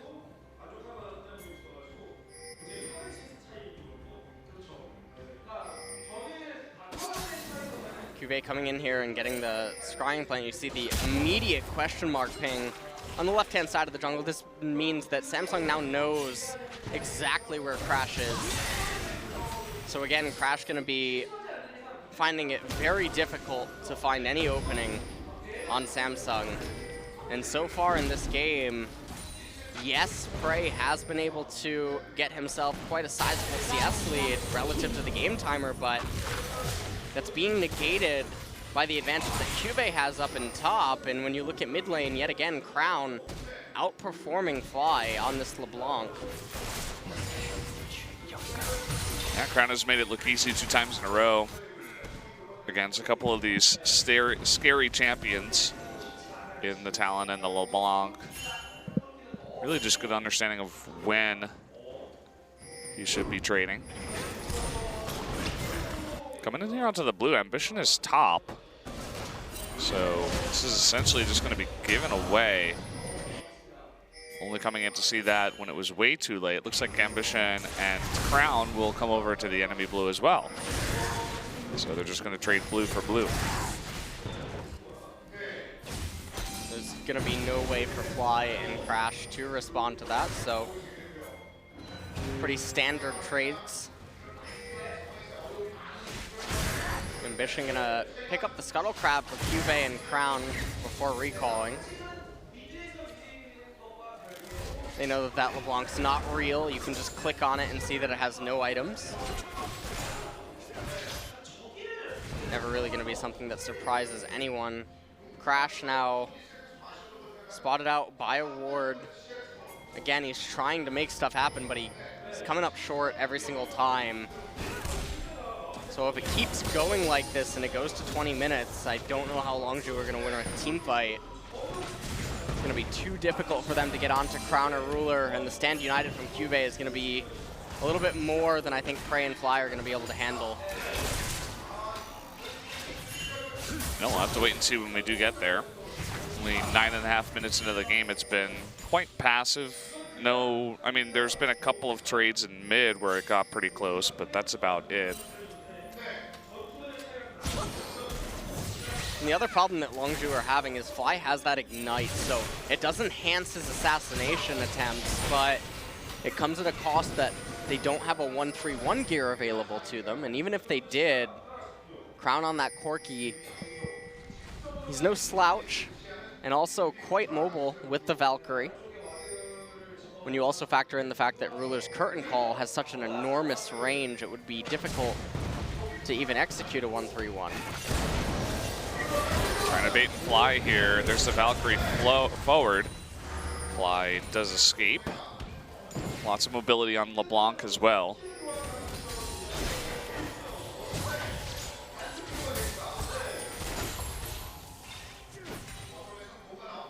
CS lead continues to get bigger in mid lane. It's about 14 right now. Hexdrinker and Sheen now completed for Crown as he's going to begin to move into that Trinity force. You can see that Ruler getting the Boots of Swiftness first. It makes it so he essentially always is able to get into range, and he's very hard to hit. But at the same time, he's not hitting very hard because he only has 2 longswords at this point in the game. Another trade here in mid, and Fly's not winning these trades. And here comes the package forward. Gonna run straight into Crash. There is that stand united, but the teleport coming in as well. There's the first blood though, onto LeBlanc. Really nice taunt there by Cube. Here comes Expression trying to get onto Crown. Perfect timing on the Wild Growth. Keeps him alive. Prey trying to follow up. Is it gonna be enough to get Crown? Just barely with that Malachi Q. And so it will be a 1-for-1 trade after all. Although Expression will be locked up a bit, is tanky enough to survive. And during all of that, I mean, Ambition was able to get a lot of farm up in top lane, absorb a lot of experience as well. They did manage to salvage that, but it almost looked like Crash did crash. We're gonna see one more replay of it. So Crown decides that he's gonna trade extremely hard with Fly right here. Commits to using that package in Valkyrie. Crash was right here and then single-handedly delivered Cube right into his teammate. So I didn't even realize that happened. A little bit too much to drink this Gragas had. Expression able to come in on that tree and able to pick up the kill onto Crown. Get that on a top 10 fails video, man. That was the alley-oop of the season so far from the enemy team. He shot the basketball in the wrong hoop. Drunken rage. Oh man. The dangers of having Gragas on your team. First dragon of the game, not really too exciting. Neither team really wants to commit too much of an investment into it. Yeah, I saw Ambition take a couple looks at it. He's just like, nah. I just don't care about this kind of dragon. Poor JJ will just barely get out of there. Really lucky that he didn't get locked up. He's playing with fire right now. He's probably thinking, though, that, you know, Crash might be drunk. Oh, look at this, the Wild Growth. That will be Gorilla knocked up. Immediate exhaust and a nice cast this time to deliver Crown away from Gorilla. And they will successfully disengage. Now this might end up turning into an opportunistic Drake capture. Ambition might just solo it, actually. Never mind. He's going to get it with the assistance of poor JJ. So the opportunity is presenting itself, and picking this up isn't... It's not the worst dragon. It's definitely quite bad for both of these team comps. Obviously, they would both prefer either an Infernal or a Mountain, but... Next is Cloud again, by the way. Not the best RNG for either team here. But obviously, if Samsung can actually pick up the second one as well, that would be quite a boost to to their ability to move around the map and really twist it Longzhu. Now looking across all the lanes, the CS lead that Prey once had is all but gone. Crown also at a sizable lead, and Cuvée as well, and even in the jungle. So there's CS gaps across the board right now. And when we look at this and know that Samsung has better scaling available relative to the team compositions, it's going to be really worrying for Longzhu to come up with a solution in the mid game. The LeBlanc is not in a spot that she would want to be in. You see a bit of the effects of that Cloud Drake. The Shen up in top lane. Cuvée, when he went for that trade, he's just so fast. He closes in onto that Maokai extremely fast. Some pings here onto Ambition. They know where he is. They see him coming in here. But it looks like they want to secure this top turret for turret first blood. Comes Expression, trying to clear out the wave. He will do so, but they are going to get that turret. Now it's 2v1. The taunt coming in here, an Expression. He will be followed up, though, by Crash. There's the Stand United jumping forward. The cast hits them back into them again, but here comes Crown into the back with that package, trying to pick up someone, not able to pick up either of them just yet. Fly on the backside actually picks down Ambition, and nobody on Longzhu has died. Really wonky fight just taking place. Longzhu managing to pick up a kill there. They did lose the turret though in the end. Also Fly and Crash and Expression all having to use flashes there. Cuvée as well. Taking a quick look at the replay, you saw Expression immediately burst away the minions so that the turret would begin assisting him, but it went down a little bit too early. Stand United came out, and it looked like actually that was going to prove to be disastrous. Cuvée just managed to escape. Fly came over the wall, picked up the kill onto Ambition. Crown maybe having a little bit of too much of Gragas's drink, not able to really land the missiles. He looked flustered almost. It's not what you would expect out of Crown. He went in there, he's like, there's so much stuff to kill. I don't know what to kill. I don't know what to shoot at. So he just missed everything. Only critting for 210 feels bad. Ruler not dealing the most of damage. Bottom turret is actually quite hurt right now. Yeah, it's definitely getting there. Interesting that Cuvée is actually opting to continue to stay up in top lane. Yes, he does have the push lead and initiative, but I feel like his purpose would be better served elsewhere on the map. Could have even have just walked down to bottom lane and then wait for Expression to actually shove the wave back up into top. And that would have relieved some of the pressure and even open up possibilities with the curtain call, plus Core JJ has his ultimate available.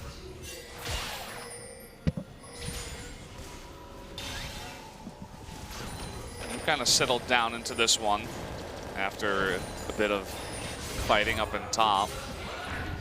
Cuvée still pushing that lane.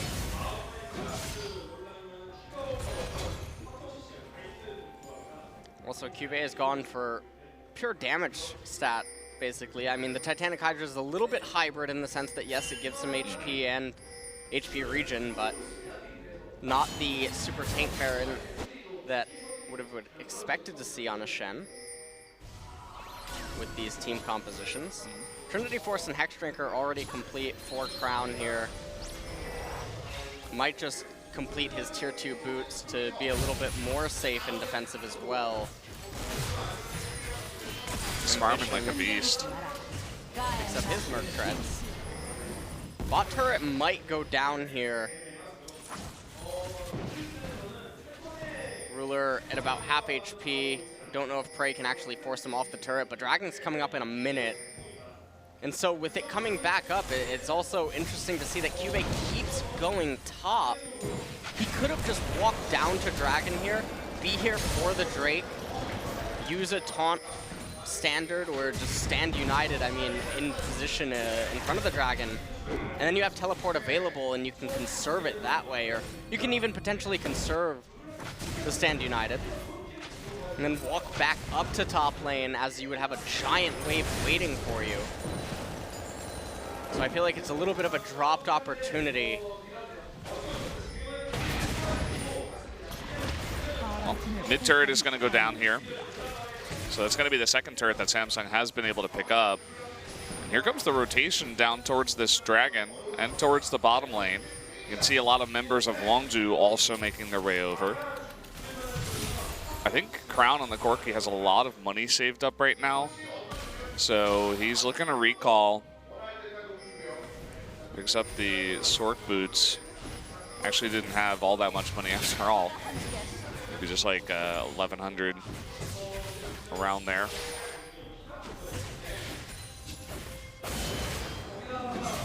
Try to steal away the blue.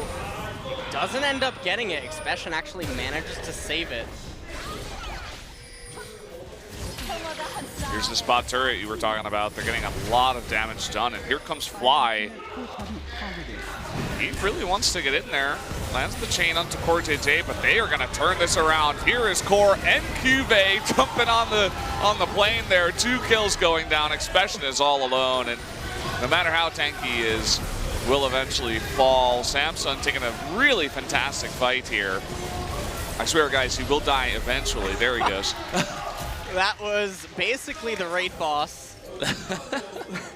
It was like doing a dungeon. First they had to kill Prey, then they got Fly, Gorilla, and then finally at the very end was the boss. They were missing the side quest though, the Gragas. Yeah. They didn't quite pick that up. Now they're going to turn their attention to getting that second Cloud Drake. And what looked like was going to potentially just be an easy capture of bottom tier 1 turret for Longzhu. They were extremely greedy with pressing the issue. Fly looking even a little bit tilted even by pushing on as aggressively as he did. Everything just went really disastrous for them, and now, I mean, they're in an extremely rough spot.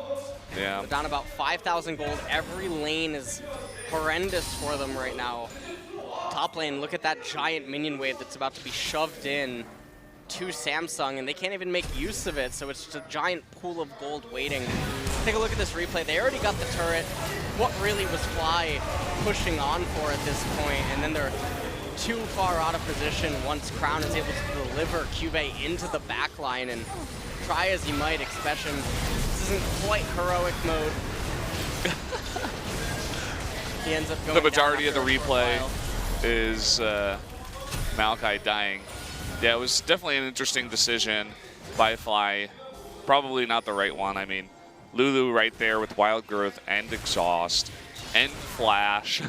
And you don't really know where all the enemy team is as well, so you just get totally engaged upon by the Corki and the Shen. So much, you know, map pressure that they can put on, and he just didn't really take any of that into account and just kind of went for it.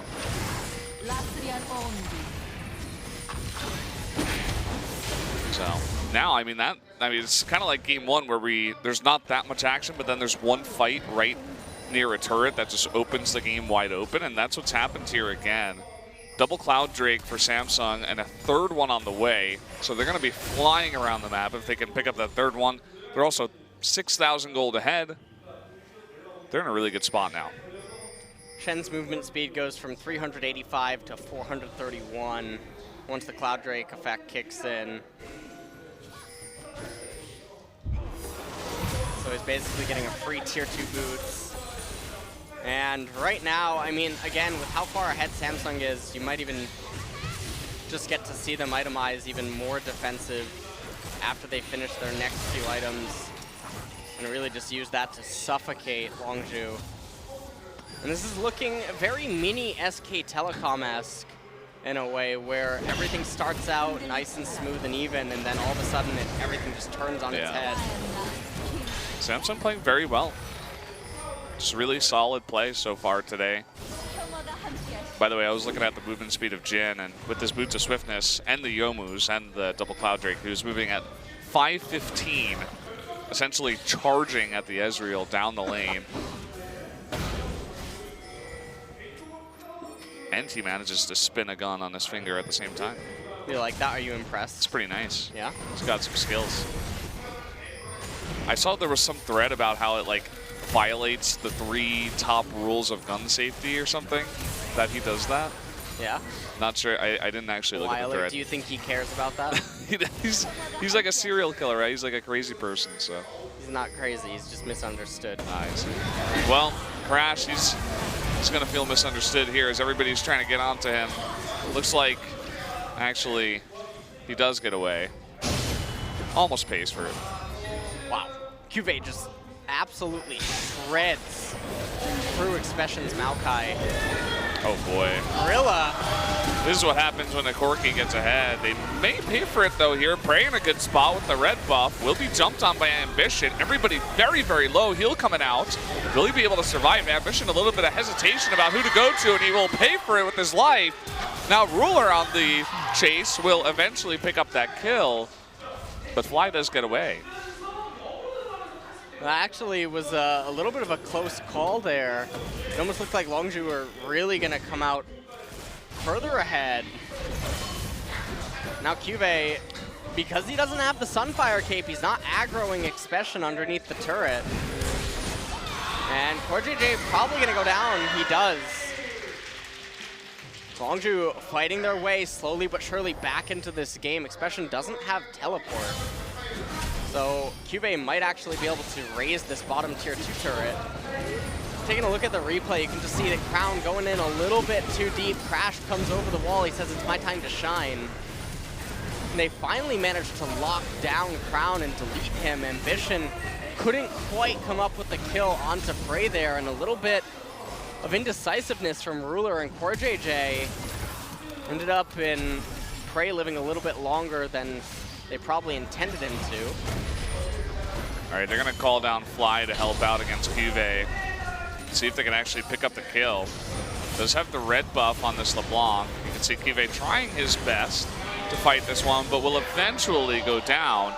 And meanwhile, Samsung isn't really going for anything on the opposite side of the map. Crown is going real aggressive on the Prey. Will take him out there with the package, and I guess this is what they wanted to go for as the response. They pick up a kill of their own onto Prey nonetheless.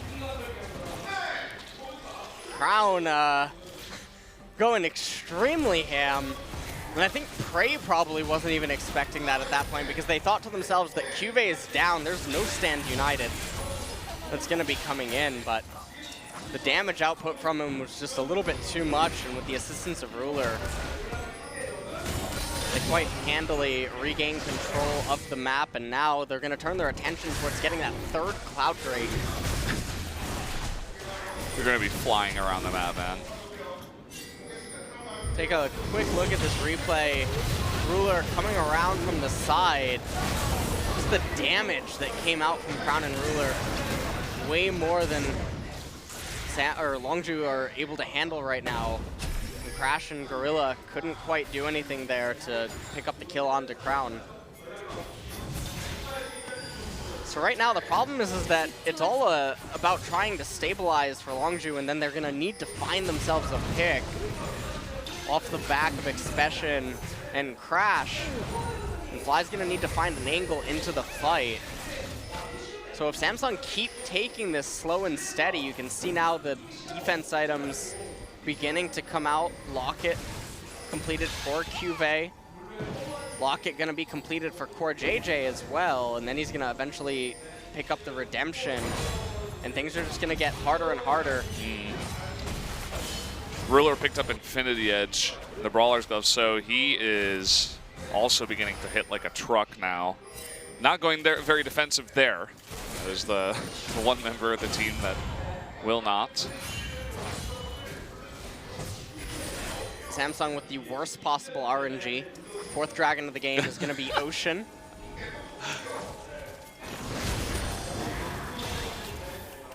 Well, at least they're really fast. Gotta go quick. Gotta go fast. This Ruler is really hard to lock down as a result. And Fly is like, I don't even know if I can take this fight. Well, the answer seems to be maybe. Whoa. And the answer is no. There's the burst damage out of Corki. In comes Cuvee with the Stand United 2, and Fly might have just baited his team into this once again. Crash is going to go down. Corki does get exhausted, which will make it harder to take down this giant oak tree that's in the front. Ruler also struggling to get in onto this fight.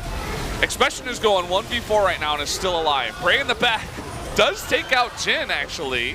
Finally, Maokai dies. Core JJ actually takes the turret aggro. And this is not going as smoothly as Samsung would have hoped for. They actually lose their bot lane in the process. Both Crown and Ambition very low, forced to back away. That definitely could have gone a little bit smoother, as you said, for Samsung. But the juggling of the turret aggro, not quite the best, and Prey doing a ton of work in that backline.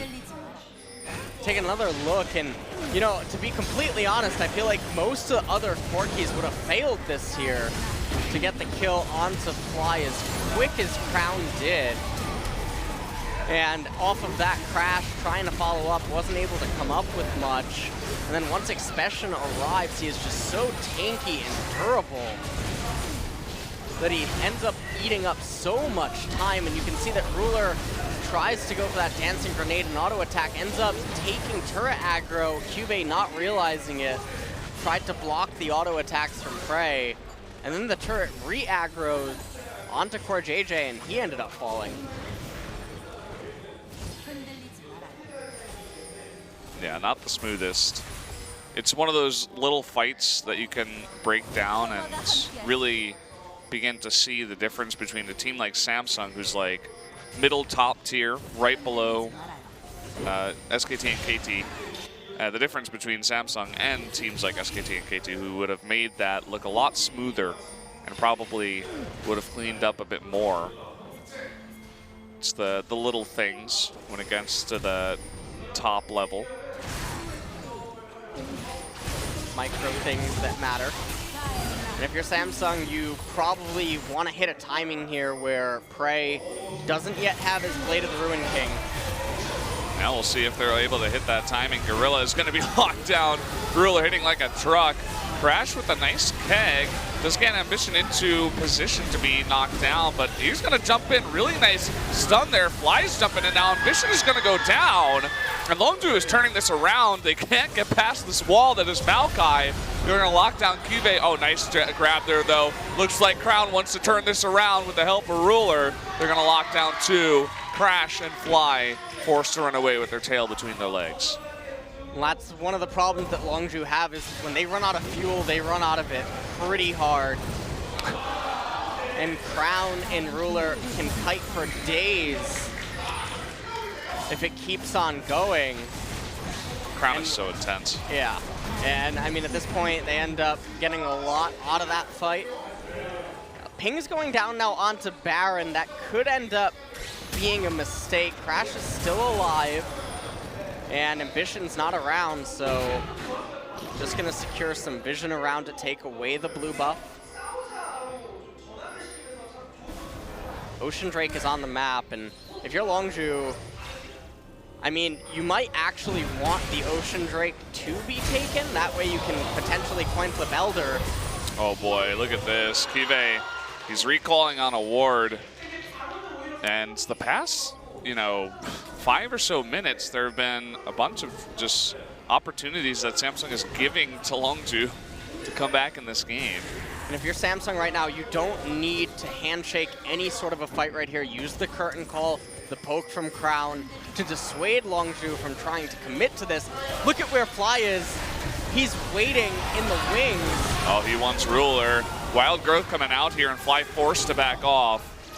That was the worst assassination attempt I have ever seen. The chain missed. He didn't quite do enough damage. And Crown with the package, and the triple Cloud Drake is zooming around the map. He's literally a plane. And he's able to just get out of there. Meanwhile, Crash and Expression are trying to start some fights back here in the back. But I feel like This is one of those, like, is this real or fake images? Like, you show me the position that Longzhu had after killing Cube, and then you show me the position they're in right now, and you ask me, is this actually real? And I would tell you that I could not believe it. Ambition, though, getting gutted for 50% of his HP. They're starting this. In comes the teleport, there's the curtain call, and they're going to be forced to disengage. Edge of Night stops that damage. Oh, what? How did he land that onto Gorilla? Gorilla definitely has his ruler tonight. He's done that to Gorilla twice now. At the end of last game, he threaded the needle, and he just did it again. Gave him a little bit of a parting shot before he recalled. Now a 10,000 gold lead for Samsung. Maw of Malmortius now completed for Ambition and Crown. And even Knight's Vow up on Cube, making it even more obnoxious for Fly to try to find a way to assassinate someone. Redemption also completed for Core JJ and Edge of Night on Ruler. So difficult for Longzhu to make anything happen. They're constantly fighting an uphill battle. Crown is... He's getting to that stage where Faker was when he played that game on Zillion, where he can just be in the front and nobody can hit him with anything because he's so fast. He gets the speed up from Lulu and the triple Cloud Drake, and he's quirky, so ultra slippery. And especially if he has that package, he can just like sit in the front and shoot at them for days.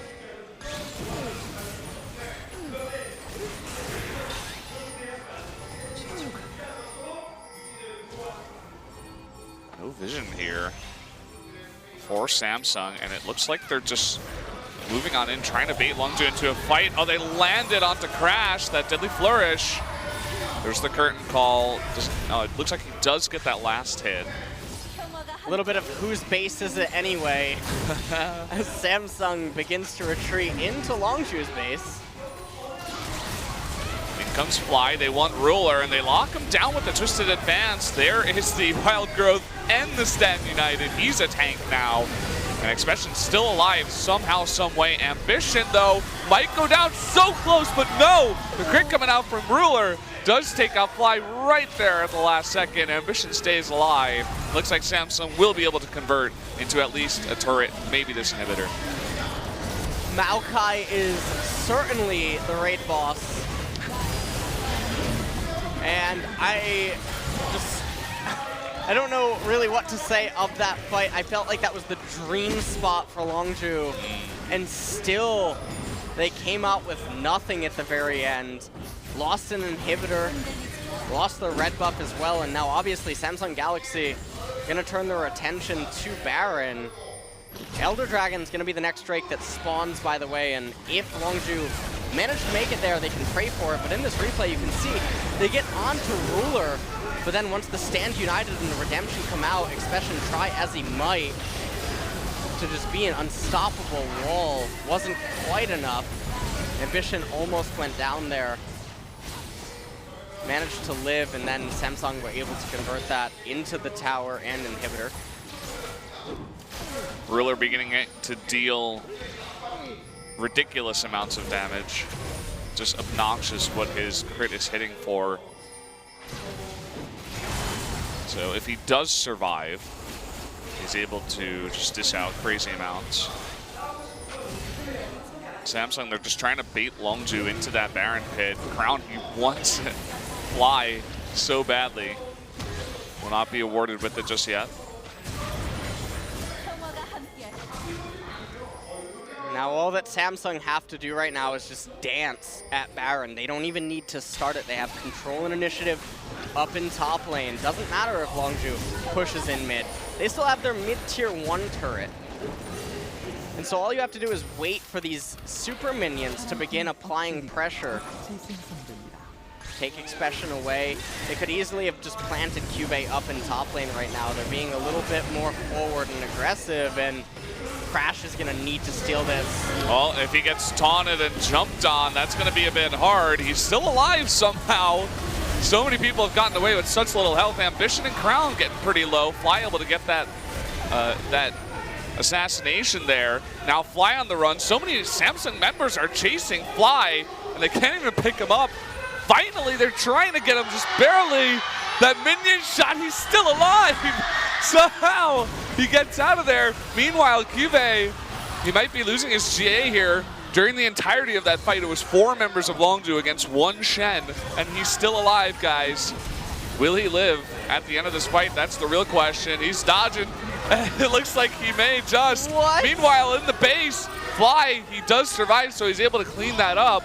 Crown now on the chaser. Gorilla will go down, and it looks like finally they might be able to clean up some of these members. Ezreal does die as well. And in comes Cube, teleporting onto that super minion. Triple kill going over to Ruler, and unless Fly can pull off a miracle, it's going to be a really hard hold for Longzhu. I feel like I just watched someone win the lottery and then go bankrupt in a matter of 10 seconds.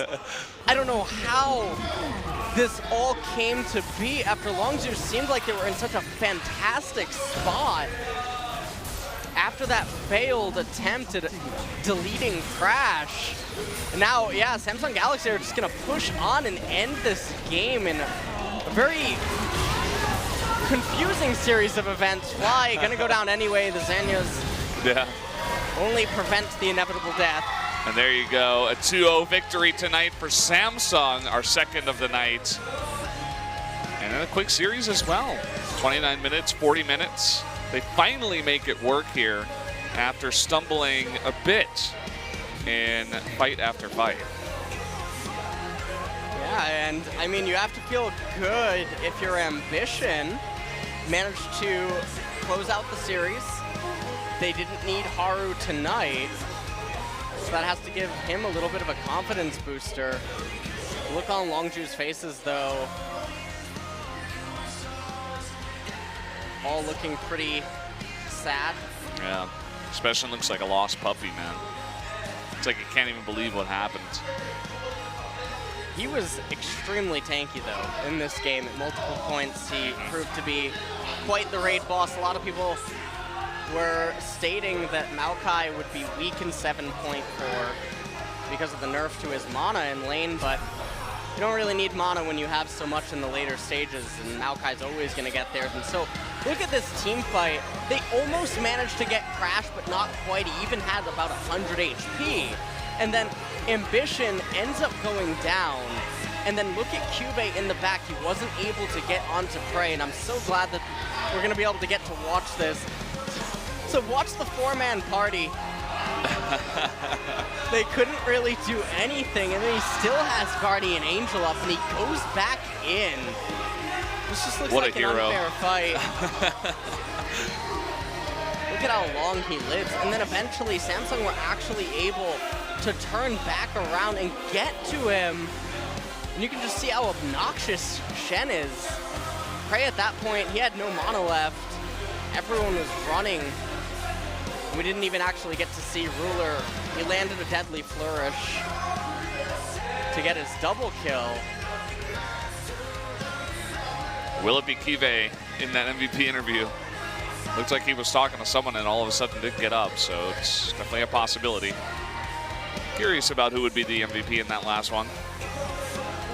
Crown was certainly very offensive and overbearing, trying to just get kill after kill. Very aggressive on that Corki.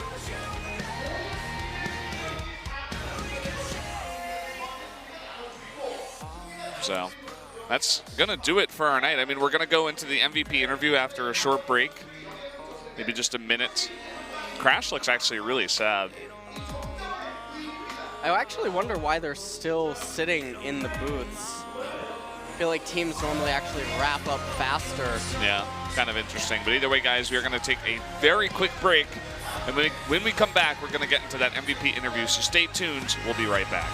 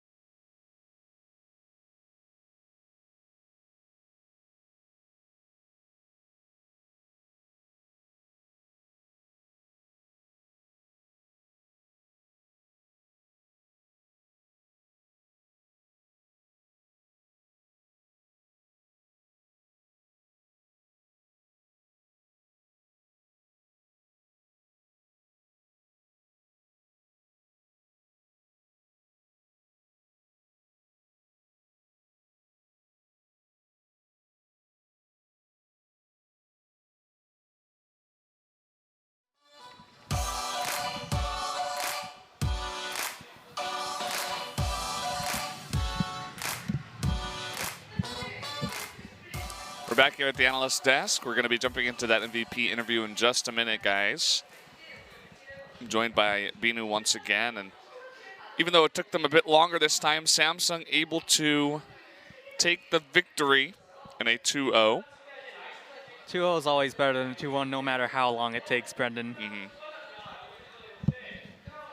And right off the bat, our analyst talking about leaving the LeBlanc open for Longzhu. And I specifically remember the looks on the Longzhu players' faces. It looked like they just didn't expect it. Yeah. You know, that's not the expression you want to see from your players when you are giving them LeBlanc. And Samsung definitely showed why they wanted to leave it open here.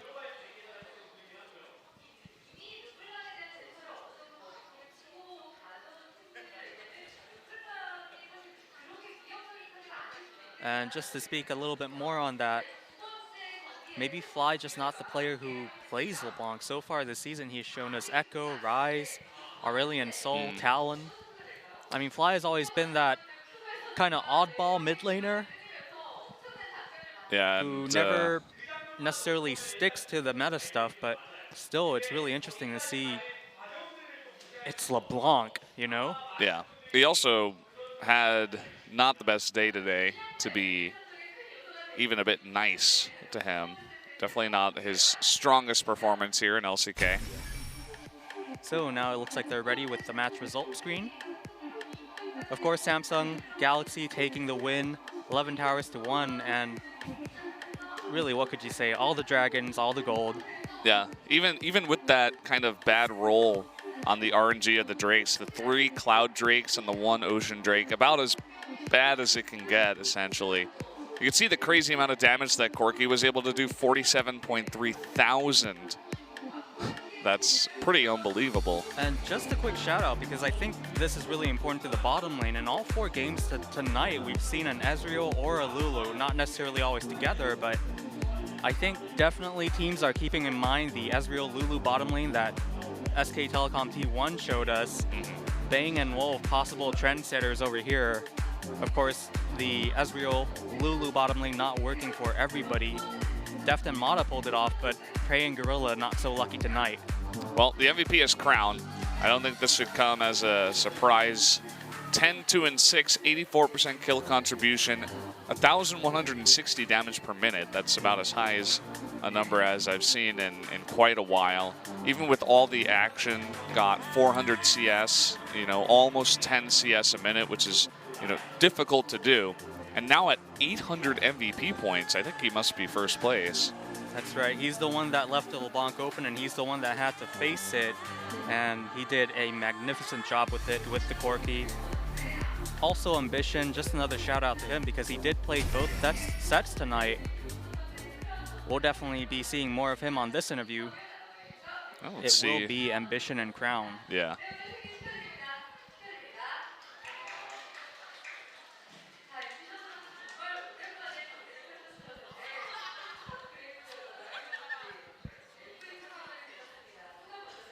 So Ambition, first time this split that you're coming to the MVP interview desk. How do you feel?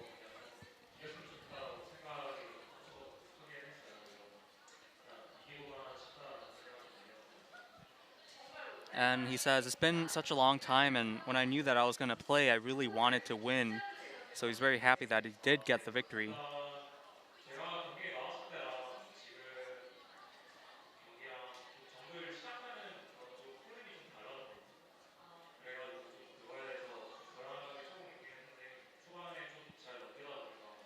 So speaking a little bit more on, you know, coming into a match after a short, you know, absence, Ambition says, the way people start their jungle routes have changed a lot ever since I moved into the jungle, so I was really nervous to be playing in this current climate.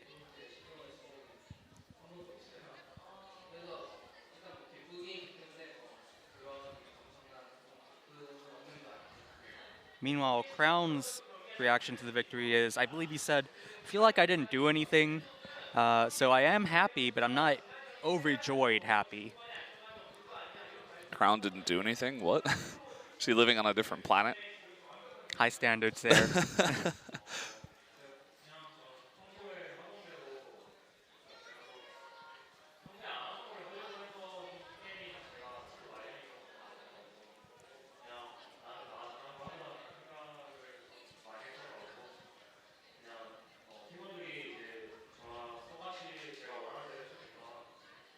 And Ambition, kind of speaking about his mentality or how things have been for him, he says, I feel like I've been trying to do things that I'm not used to. I feel like I've struggled trying to do that. So I just told myself, you know what, let's just do what I'm good at. Let's just focus on what I'm good at. And he says he also had the teammate support in terms of what he was doing, the way he wanted to play.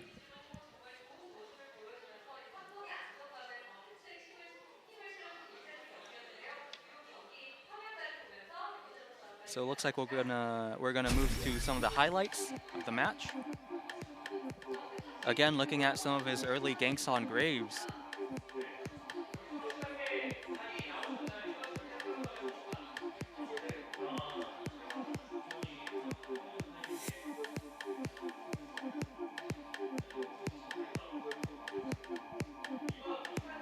And speaking on this gank, Ambition says this is a great time for me. It was really natural for me to go to the top lane, so I try to capitalize on it.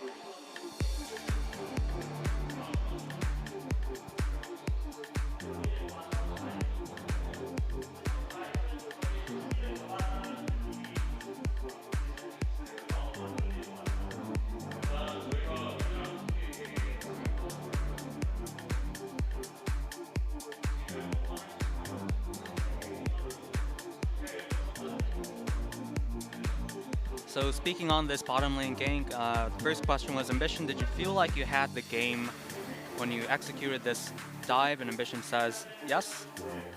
Also just describing the situation, he says, we did a great job kind of neutralizing the mid and jungle early on. And from then on, it was a very easy series of events.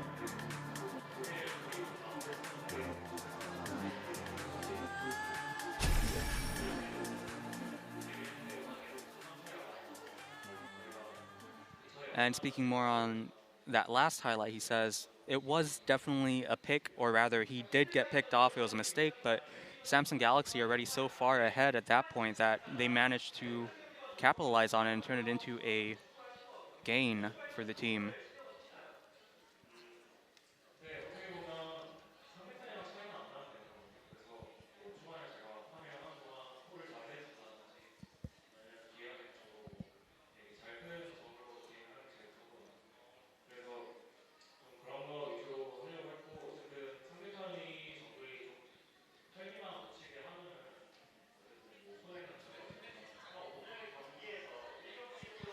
So speaking on, again, his mentality going into the jungle, Ambition says, I just focused on farming and making the right calls, which really is what you expect of Ambition. But at the same time, he says, I also focused on making sure that the opponent jungler wasn't just going crazy, having the best time.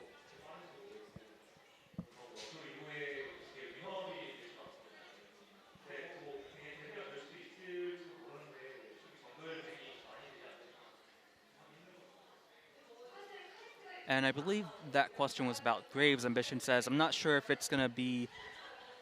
he's sure that it's going to be a trend, it's going to be really popular, but he's not sure if it's worthy of being banned yet.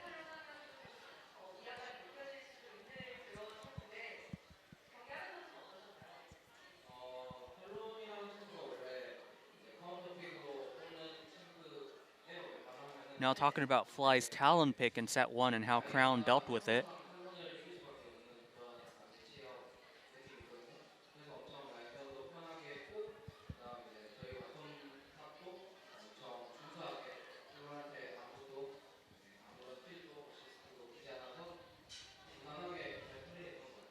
And Crown says Talon's a pick that has a strong identity as a counter pick, and when you're playing Ryze into that, it results in a very easy laning phase. So I had a very easy laning phase, and our bottom lane, top lane didn't give him anything, no kills, no assists. So overall, Crown saying he had a very,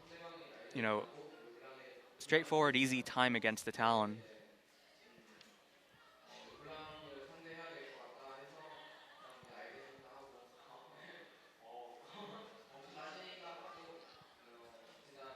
And then facing the LeBlanc in set 2, Crown says, as soon as we saw how the bans were going, our coaching staff said, look, Crown, you might have to play against the LeBlanc. And Crown says, I told him, okay, boss. So he was very confident going into that matchup, picking up the Corki later on.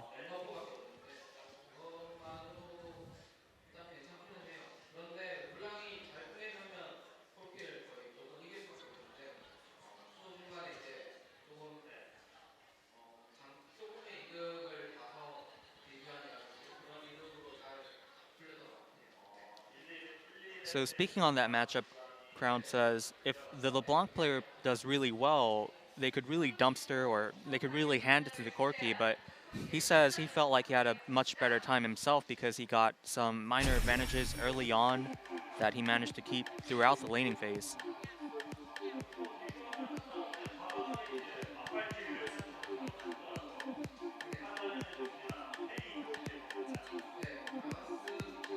Now, some of Crown's Valkyries forward were really surprising in this set, and the reason for that, Crown says, is because I knew I had the Shen on my back, rather.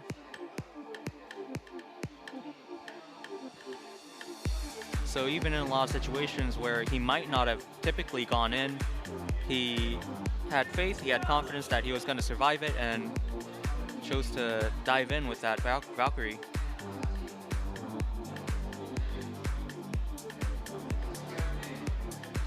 So overall, he feels like he played very well.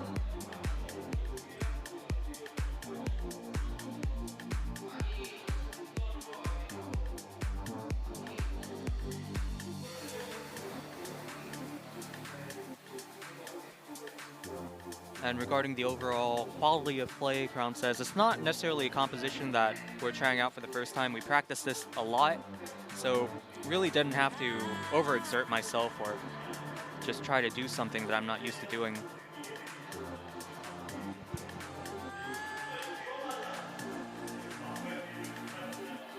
Now this highlight in particular, the question is, wasn't this one a little bit too close?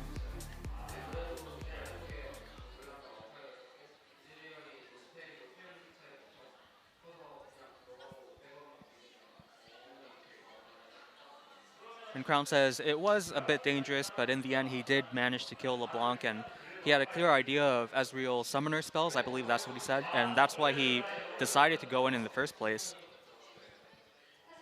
Also telling us that he actually intended to go in like that.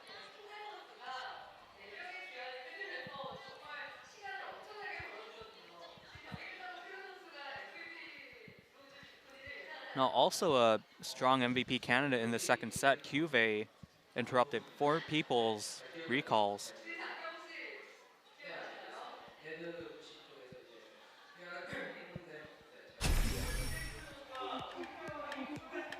And Crown saying he definitely made a huge play there.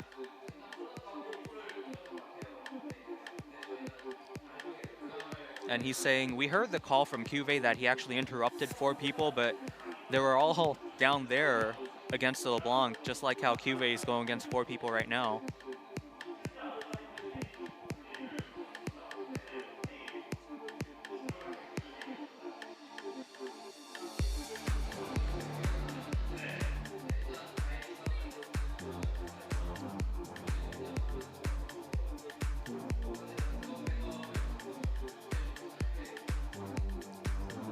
So being asked about maybe some of the shot calls that happened in the situation, Crown says, it was such a hectic situation that I don't remember everything, but I think eventually Cuvée just called for backup, and as a team, we just all went up there. So moving forward, Samsung has to play KT on the 16th.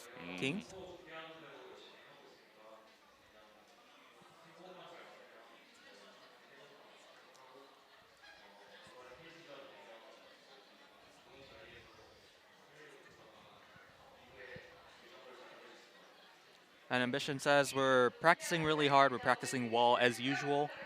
So as long as the matchups go our way, we should be able to take it. So that does wrap up the MVP interview. We're going to take a look at some other stuff, such as what happened today, the standings. It was 2 2-0s today. KT really making quick work of the ROX Tigers. We had an hour-and-a-half break, and then came back with another 2-0, Samsung over Longzhu. That interview kind of caught me by surprise because I thought they would let Crown get a word in as well. But let's move on to the standings. KT Rolster and Samsung Galaxy up there again as the big 3. Of course, a lot of teams still threatening that 3rd place spot and maybe the 2nd place spot. Yeah, But I mean, really, it's it's close. the season of the mid-table battles, I think. Yeah, very true. Longzhu now at 6-6, right there in the middle, right behind Afrika and MVP. We're 7-5. And SKT still reigns supreme. Afrika really coming together as a team, though, looking better and better. So definitely a big challenger, contender for that upper rank. MVP is looking pretty solid, too. That's why you can't count anyone out until, you know, the season actually does end. And speaking of which, Do get to Jin are playoffs. also picking up a win recently as well. So I'm just Yeah. saying True. they could be rising up as well. I guess they got to win all of their games. You guys did see on Tuesday we're going to have Longzhu versus BBQ Olivers and then Jin Air versus KT. All right, I take that back. So if they're going against KT, I take that back. Yeah, we'll see about that one, Vinu. And I think that's going to do it for us here on the desk. So thank you guys once again for watching. Was a pleasure. Was a pretty fast day. And we'll see you back here on Tuesday for more games at SPOTV. But until then, we'll see you next time, guys.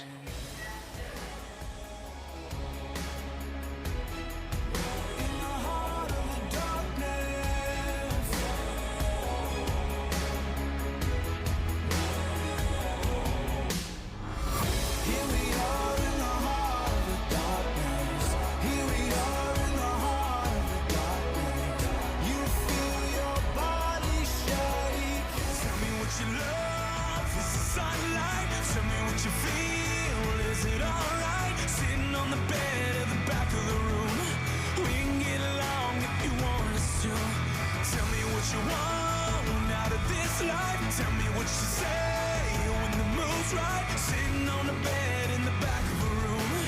We can hit it off if you want us to.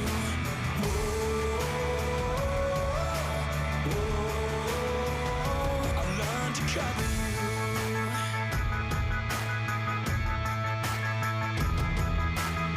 Some girls like the boys who are fast. Some girls like making it last.